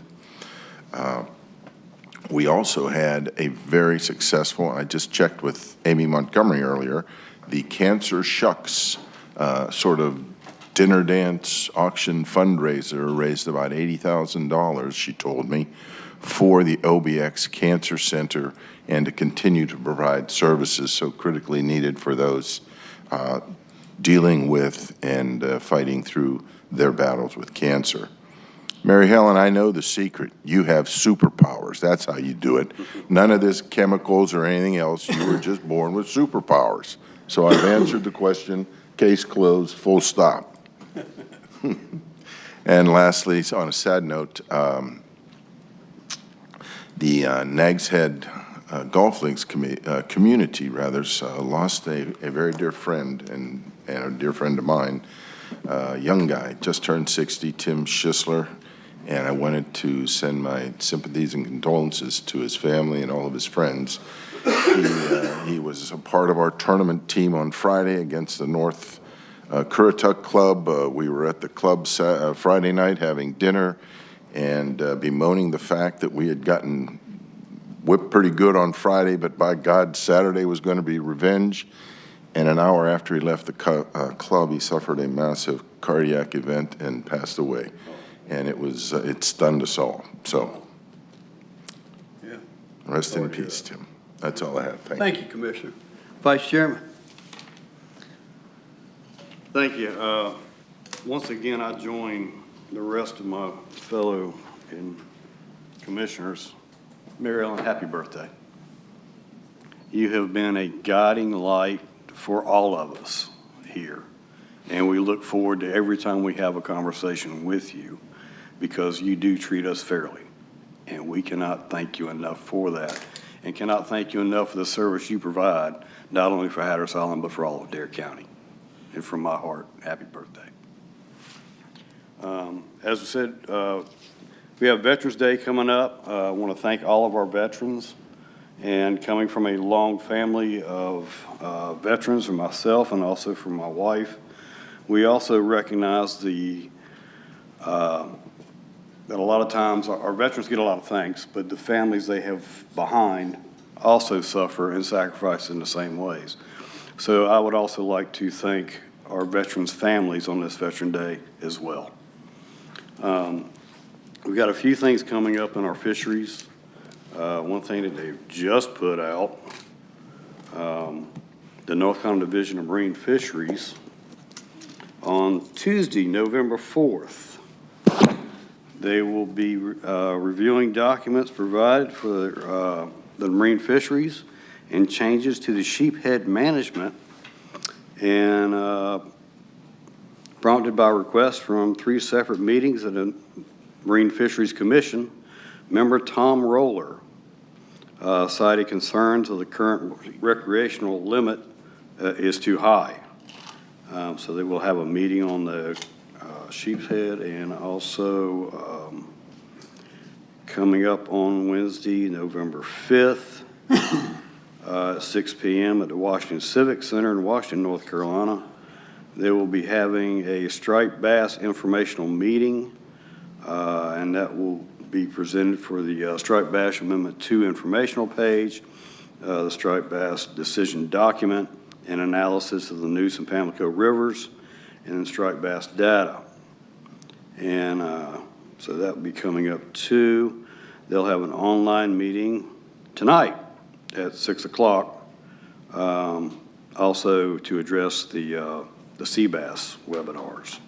So like I said, that just came out actually this morning. So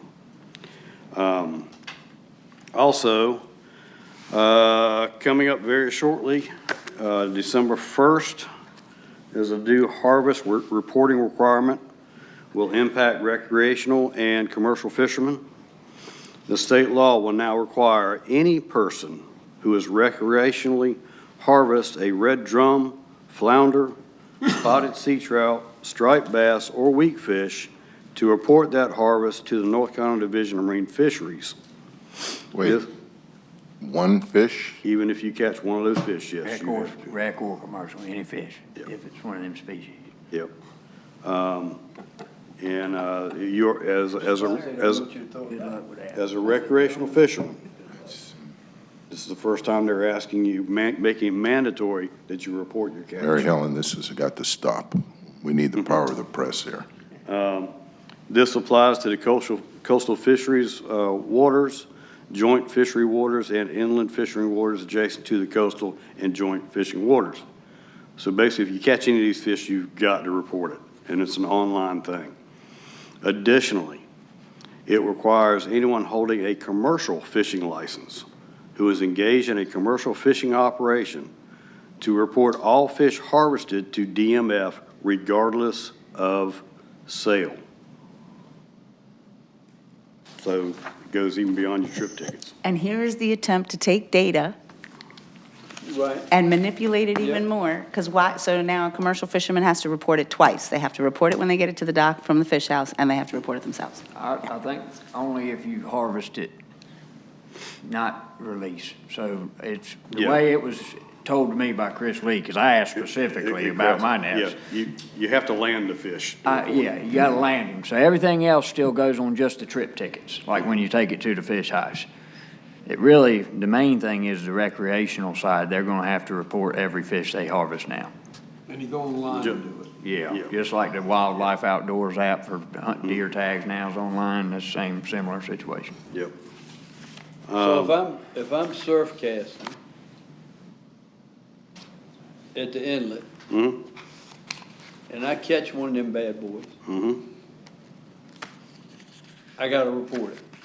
If you catch and take it home, yes, you have to That's report what it. I'm saying, if I catch it and take it home. Yep. What's the time limit? Looking at the law, I think it gives you 5 days. Okay. I'm not exactly sure. How do they know that you did it? They don't. They don't. Yeah, I wish that's I'd have what, been in that meeting with Tom Roller. that's where they're not gonna have accurate recording, because, I mean, I look at all those online forums, almost every person on there says, well, I ain't reporting nothing, screw the government, you know, same old, same old. Yeah. Yeah. So, I mean, it's out there. It's something that, over the years, you know, a lot of the commercial fishermen are saying, well, recreation doesn't have to report their catch, and you're using this astronomical algorithm to figure out, because they have less than 1% of commercial fishermen report their catch of recreational fishermen catch. So then they calculate that by some algorithm and multiply that by 100, and that's what they've been using to calculate recreational catch, which we all know is not the way to do that. It doesn't come out right. So this was one of the things that a lot of people have been asking about. Recreational needs to start being responsible and calculating their catches, and this is how DMF has now come out with how they can do that. But like I said, if I'm on the back of my dock and I don't see not that I would do this, but if I was on the back of my dock and fishing and I caught one of these things and there's no resource officer around, what's my obligation to report it? Other than, I know it's the law, Steve. And other than, you know, it's the law. I'm not saying I would do this, I would report it, but I'm saying the general public. No, they ain't gonna report it. Yeah, exactly. No, they're not going to. It's gonna be totally inaccurate, like everything else they got. Yeah, so, Big thing that's coming up at their next meeting in a little bit later on this week, not this week, but this month, is blue crab. And blue crab has been a kind of a hot topic. The Marine Fisheries Commission has now kicked this down the road. They were originally supposed to vote on this thing back in April, I think it was. And then they kicked it to one other meeting. Now they've kicked it to the November meeting. So that's coming up. And they're not going to kick it anymore. It's going to be either discussed at this next meeting and done something with. If you want to know information on the blue crab, there's the pamphlet. A whole bunch of it. A lot of things have been discussed, not only with the blue crab industry, but also members of the commission. And you have 2 members on the commission that are blue crab fishermen. And they brought up some very valid points, and they're trying to get some things changed as well. One of the things that the really alarming part, and this is the first time I've actually heard a majority of the Marine Fisheries Division say the same thing. Exactly. We're trying to pass fishery management plans on data that is not up to date. We're trying to pass Fishery management plans that they do not have up-to-date data on. Okay, we do understand. Everybody understands how absurd that statement is for everyone to hear by those in authority to pass and approve such plans. Correct. Okay. The stock assessment they're currently working with on the blue crab was done in 2018. There have been some stock assessments since then, but they've just been preliminary stock assessments, not a full in-depth stock assessment. They are, however, working on an in-depth blue crab stock assessment as we speak now. But those findings will not be published until 2026 when that stock assessment is complete. The current amendment to the blue crab, by state law, it has to have when they do this, it has to meet a certain criteria within a time frame. From what they're seeing with landings is that they're not going to meet that reduction that they were looking for. So that's why they've implemented this new change to try to meet that reduction. Now, one of the things is, even in the assessment for the blue crab, you notice a line that goes like this for participants in the crabbing, less crabbers from numerous years coming down to now. You've also it goes a parallel, here's your crabbers, here's your crab landings. Those 2 lines go parallel. So what does that mean? Does it mean there's less blue crab out there? Or is there less people fishing for the blue crab?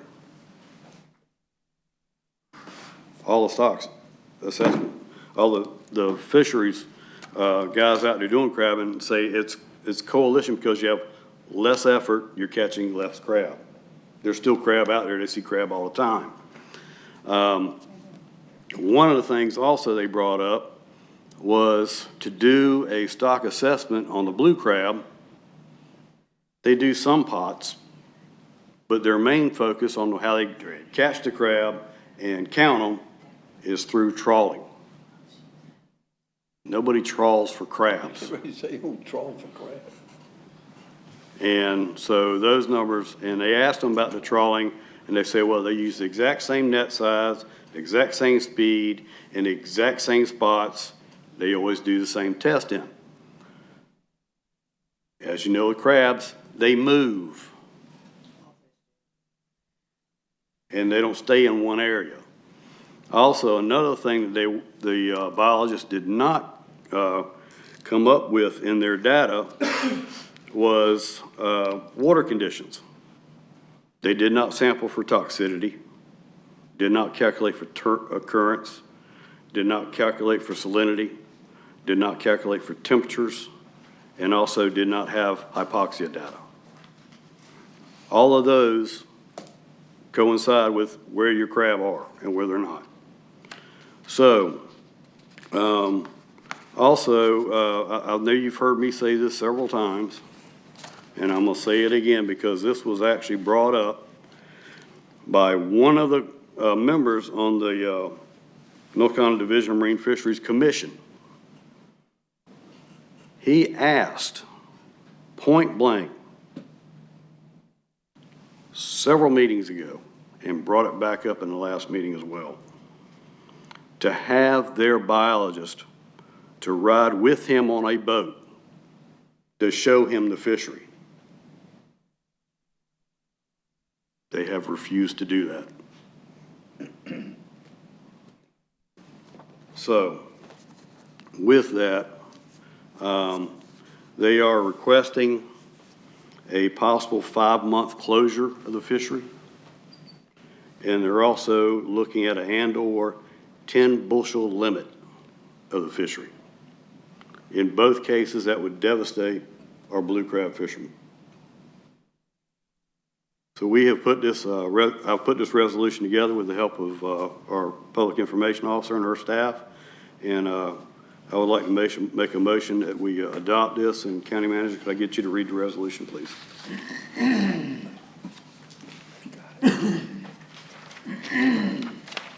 This is a resolution in opposition of proposed blue crab harvest restrictions. Whereas in December 1998, a fishery management plan for blue crab was adopted, and since that time, 3 amendments and 2 revisions have been made to the plan. And whereas a comprehensive external review of the North Carolina blue crab management plan was performed in 2023.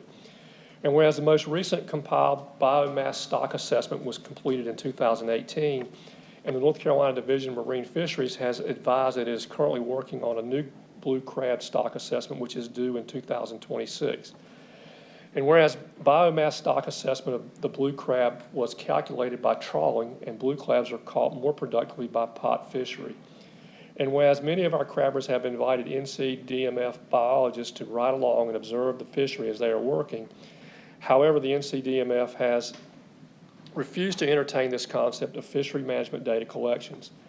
And whereas the blue crab fishery is complex and involves a variety of factors, such as market fluctuations, weather, water conditions, toxicity, salinity, currents, tides, and hypoxia, none of which are mentioned in the current report's observations from the NCDMF biologist. And whereas trip ticket factors are pronounced in the adaptive management plan and show a parallel effect of less effort by the crabbers, and these result of less landings of blue crabs. And whereas a proposed 5-month closure of the fishery and/or a 10 bushel limit would have surmountable economic impact across the fishery, affecting our local communities. And whereas all of the NCDMF advisory committees recommended status quo of the blue crab fishery with no further restrictions. Therefore, be it resolved that the Dare County Board of Commissioners strongly opposes any further restrictions to the blue crab fishery until the 2026 stock assessment is completed, as well as a new comprehensive plan for collecting data of the fishery. This is the 3rd day of November 2025. Like I said, I have a motion to adopt that resolution. I will second it. Okay, it's been seconded by Commissioner Creed. Any further discussion? Are you going to take that to the coalition meeting? Haven't finished yet. Oh, Any further discussion? Hearing none, those in favor of the motion signify by saying aye. Aye. Opposed, like sign. Motion carries unanimous. And yes, ma'am, we have a meeting Wednesday the 5th, and we will be taking this resolution to the coalition for their approval. There are several other counties that have already passed this similar proposal, resolution, excuse me. Sorry, go ahead. I appreciate everybody's support on that. The only further thing that I have is we're approaching the holiday seasons, and please be responsible, be safe, and we look forward to going through Thanksgiving, Christmas, and New Year's in the upcoming days and weeks. And thank you all from Dare County. I'm personally thankful for every citizen in this county who has supported me over the years, and I appreciate that, and I can't thank you enough for that. And with that being said, Merry Christmas to all and Happy Thanksgiving. Thank you, Commissioner. Appreciate it. Commissioner Bateman? Yes, sir. So I had the opportunity to go down to visit with the Merlot Beach Civic Association on Saturday. And great group of folks down there concerned about their beach, their homes. These guys have taken a pretty proactive stance. They've, through their homeowner dues, they paid for a fee to do a study exactly on the stormwater management, how to maybe regulate some of the water that's coming out of the ocean, maybe realign some streets. The total for what they're probably looking at is $200,000 to $300,000 that their homeowners association will be responsible for. The only ask they had of me was the fact that if we could get DOT to just look at Highway 12 that runs, when you hit the circle, runs to the north. If DOT could create ditches on the east and the west side of Highway 12, in order that some of the water that comes in there would have a place to go, and maybe it could be drained off their property. Very, very, very nice folks, very cordial. Had a great meeting with them. So anyway, and just, Bobby, if you could check in that for me and kind of let me know what you find out. The other, I also went to Buxton at the same time, and of course they got a mess down there. In that same area down there while I was there, I had a chance to meet with a family. And I don't know if you guys remember, but more than a year ago, I brought a resolution, well, not a resolution, but a issue with Kratom to you guys. And we asked to have a standalone bill to go to the House and go to the Senate, and hopefully it would pass. And to get Kratom regulated for the unadulterated, and then the adulterated Kratom to be banned in Dare County. I talked to Bobby Haney this morning. That bill is gone. It's not going to go anywhere. Talked to Keith Kidwell about a month ago. He says the same thing. It's not going to go anywhere in the House. So they're not going to do anything about this at all. In the meantime, while I was down there in Buxton, I visited with a family in Avon. Their son was there. He is on a new intense quality of Kratom called 708. I think that we talked about this at the Health and Human Services. I think I brought this to your attention. That's 40 to 50 times more potent than what the regular Kratom is. This guy was a shell of a person. I could hardly have a conversation with him. The family's devastated. It's not going to get any better. What I would like to do is possibly have some kind of vehicle so we could do maybe have Sheila, myself, maybe the county manager, Bob, and maybe Jeff Derringer to sit down there and look at it and see if we could get a bill just for Dare County so Dare County can ban the adulterated Kratom, but the adulterated to allow that to still be used in Dare County, and see if it's enforceable. Let Jeff look at it and say, this is what we can or what we cannot do. I need you guys' support on this, though, because... I love the idea, but I'll drive 10 minutes to Currituck County and buy it, and then I'll drive back. And that's fine. We got to start somewhere. Maybe Currituck County, they were doing some very good things with their Saving Lives Task Force over there, or their equivalent to that, and we're drug court. Maybe they can follow suit. Did you have any conversation with Haney or Kidwell or Goodwin about a single bill? The single bill, they stuck it into a bill with trying to legalize marijuana. You know where that's going to go? Nowhere. Right.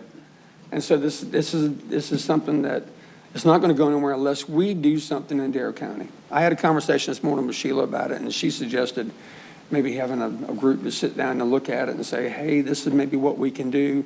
And her question, which is very legitimate, is it enforceable? Well, if we get it out of the stores and Billy Bob goes to the get-go and it's not there for him, yeah, maybe he's got to drive to Currituck. Let him drive to Currituck. I don't care. I just don't want it in Dare County. Right. Yeah, I mean, I'd support that. I mean, bad stuff. Okay. Yeah. All right, so, Bobby, I guess I'm gonna, You don't need a motion to do that. We can have a consensus. Yes, because if we're going to go ask the legislature through whomever for a local bill, they need to know that our board voted for that, because it's going to. I'm sorry, that's what I thought. Ask for a task He's asking for a group together. And then if the group, I thought he was saying, let me and him and well, Sue listen, get I'd like to together go in and ask for again a and local start doing bill. it, then I can figure out how to do it once we do it. If somebody wants to make a motion, I'll be glad to second it. No, if you're not moving forward with the local bill, I don't need a motion for that. I thought we were going to have this group and then go forward with the local bills. Okay. Yeah, if you just get a consensus to have this group together and discuss it, and then come back to us with Okay, I want to get with Sheila and Jeff and maybe Bobby to sit and talk I'd about like to it. do it sooner rather than later so that we come back in December. Most definitely. Yeah. Yeah, I agree with that. All for that. The other thing, at the Dare to Scare, we had 200, you notice all the little kids over there running? Go Far Kids? Did you see them? I did. Oh, yeah. Great organization. Thank you very much to the coaches. Thank you very much to the organizers. That's a great way to start running and building self-confidence at a very, very young age. They had some fast kids out there. Unfortunately, I was one of the coaches, but I was not there for the last 2 training sessions or the race itself. I was out of town. But they did a great job, and I'm really proud of each one of those individuals. Yeah, that was fantastic. And Mary Helen, happy birthday. Mary Helen called me this weekend and asked me about something else, and during the conversation, I almost let the cat out of the bag. Good one, Herb. I know. Good one. But anyway, I didn't say anything at all, and, but I got ready to say, oh, yeah, and congratulations on that. Now we know who we can trust. But I didn't do that. So, but listen, happy birthday, and you do such a great job for everybody in Dare County, and I've never had a conversation with her that didn't turn out, although sometimes they were intense. I never had one that turned out bad, so that's good. Thank you. Thank you, Commissioner. Commissioner Cree. Yeah, wish Miss Mary a happy birthday as well. Yep, always a pleasure. Another thing is, I actually looked into it while I was up here. There is a program, North Carolina Hunters for the Hungry, where you can donate whole carcass deer to a processor that is inspected by the Department of Agriculture, and then they distribute it to the food pantries. I know none of our food pantries here have that, so I'm going to look into that personally and see if we can get a cooler moved here where we can start doing that. Another thing is the North Carolina Association of County Commissioners gave us this very informative booklet here, and I highlighted this GDP growth. This pretty much just shows by county, domestic product, and what the value is. Where the dark green is in our major cities, you can see those are very, very, I don't know what the word to say is, but they make more money than all of our rural counties here. You see the pale yellow, all of eastern North Carolina? What that pretty much establishes is that we are the poorest portion of North Carolina there is. Product, domestic product. Our farming industry and our fishing industry in eastern North Carolina has supported our rural families here dating back to the pre-revolution. Obviously, the first families that were in America landed in eastern North Carolina and eastern Virginia and up and down the East Coast. The families that settled here did brave the wilderness. I know it's Veterans Day. We support all of our veterans. My family dates back to when they fought for the king against the French, then fought against the king in the Revolution, and fought against the country in the 1860s. What do we have to show for it? The poorest region of North Carolina. It disgusts me that at the state level, we can't support small business and our fishermen and our farmers. I have numerous farmers come to me and say, I don't know how we're going to make it. The price of everything keeps going up, and the price of our product keeps going down. Why in North Carolina do we support foreign products over North Carolina raised products? Why do we alienate the oldest families, traditions, and heritage that built this state. Why can we not provide some kind of relief to our farmers and fishermen in eastern North Carolina? I have to commend President Trump. Nobody ever plays the real news anymore, but when he negotiated that trade deal with China recently, he secured a deal that China would buy 12 million metric tons of soybeans this year and 25 million metric tons for the next 3 years, 26, 27, and 28. That drastically, just him doing that deal the other day, drastically improved the prices of soybeans in eastern North Carolina and actually saved a large portion of our farmers here that were going to lose money on their crops. Why is the federal government releasing restrictions on our fisheries? Trump has sent the Secretary of Commerce to deregulate the commercial fishing industry in our waters outside of the 3-mile marker. Why does our state refuse to follow suit like many other states in the southeastern portion of the country are doing?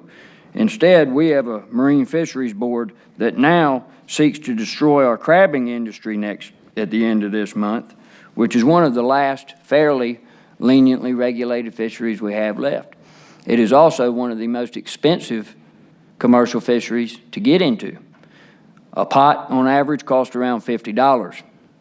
You need about 800 to 1,600 of those pots to operate. You're looking at $60,000, $70,000 investments in pots alone, not counting your boats, motors, gear, transportation, and everything else.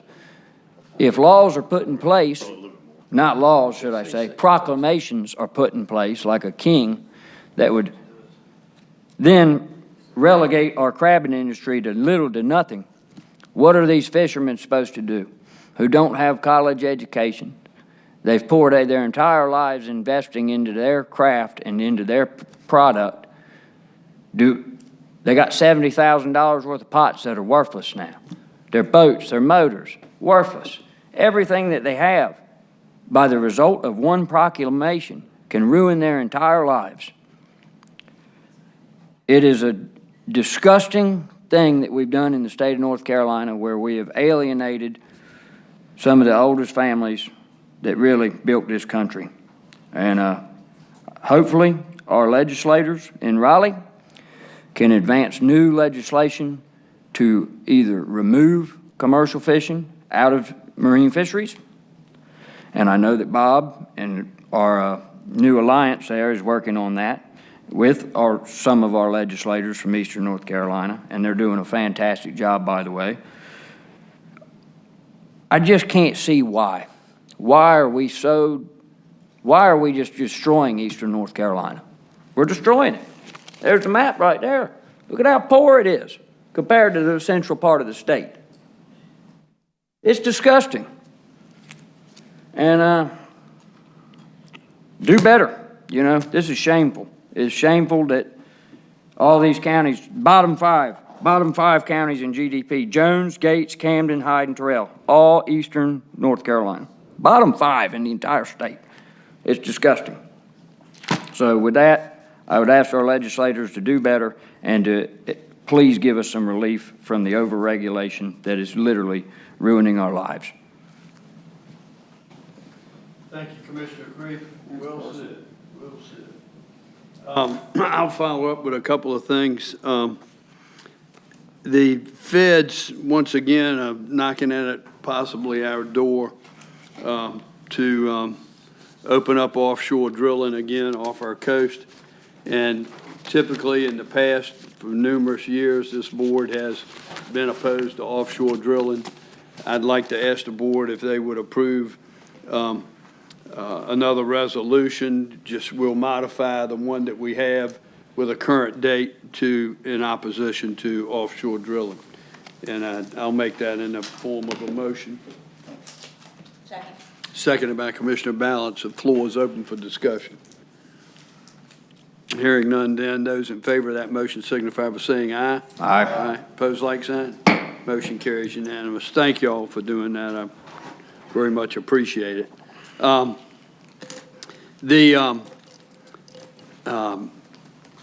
As I said earlier, we have a meeting Wednesday in Carteret, our third coalition meeting, and I'll take this CRAB resolution to them, and then this other issue from the ones that Steve has presented to us about the single catch and recording. We'll have some discussions on that as well at our meeting. So I look forward to attending that and having another successful meeting there. Our veterans, I said that earlier, thank them and their families for their service to our country. Just a reminder that next Tuesday is Veterans Day, the 11th, and starting tomorrow, the 4th through the 11th, is Green Light, which shows our respect for our veterans, and just reaching out. Bobby, we got plenty of green light bulbs in the county, right? Dorothy, yes. All right, good deal, good deal. Appreciate that. So this, I have to echo Commissioner Burris's thoughts about the time of year. This is certainly, truly my favorite time of year, Thanksgiving in specific, because you're with your family and friends and loved ones, and that what better time to share just good fellowship with your loved ones. And I look forward to Thanksgiving. I hope everybody has a very, very happy Thanksgiving. And let me go real quick back to veterans. 8.3% of our population are veterans in Dare County. Anybody know what that is? 3,183 veterans in Dare County. I'm proud to be one of those 3,183. So that's a pretty good size in Dare County for veterans. And last but not least, Mary Helen, I'm just echoing my fellow commissioners' comments. This was a no-brainer for us to recognize your service to our county. You have been a true lobbyist for us in every situation possible. You've been responsible for successful pathways and stuff on Hatteras Island, and as the vice chair said, you have, in all of my years on this board, you have been totally respectful of my position, of my comments, of my voting record, never criticizing, always being very optimistic, and I can't thank you enough for that. And please know that we appreciate you deeply. So, with that said, County Manager, we need a closed session. Yes, sir. We need a closed session pursuant to NCGS 143-318-11A6 to review the qualifications, competence, performance, character, fitness, conditions of appointment, or conditions of initial employment of an individual public officer, employee, or a prospective public officer or employee. So a motion. So moved. There's a motion on the floor by Commissioner Ross, seconded by Commissioner Balance. Those in favor of the motion signify by saying aye. Aye. Opposed, like sign. Motion carries unanimously. I'll be right back. I'll call the Dare County Board of Commissioners meeting back to order and turn it over to the county manager. Sure. In the closed session, the board approved the minutes of the last closed session and reviewed the qualifications, competence, performance, character, fitness, conditions of appointment, or conditions of initial employment of an individual public officer or employee or prospective public officer employee, and took no other action. All right. Thank you, County Manager. That brings us to the close of our meeting today, and I need a motion to adjourn until December the 1st at 9 a.m. So moved. There's a motion on the floor by the Vice Chairman. Is there a second? Second. Seconded by Commissioner Burris and Bateman. Any further discussion? Hearing none, those in favor of that motion signify by saying aye. Aye. Opposed, like sign. Motion carries unanimous.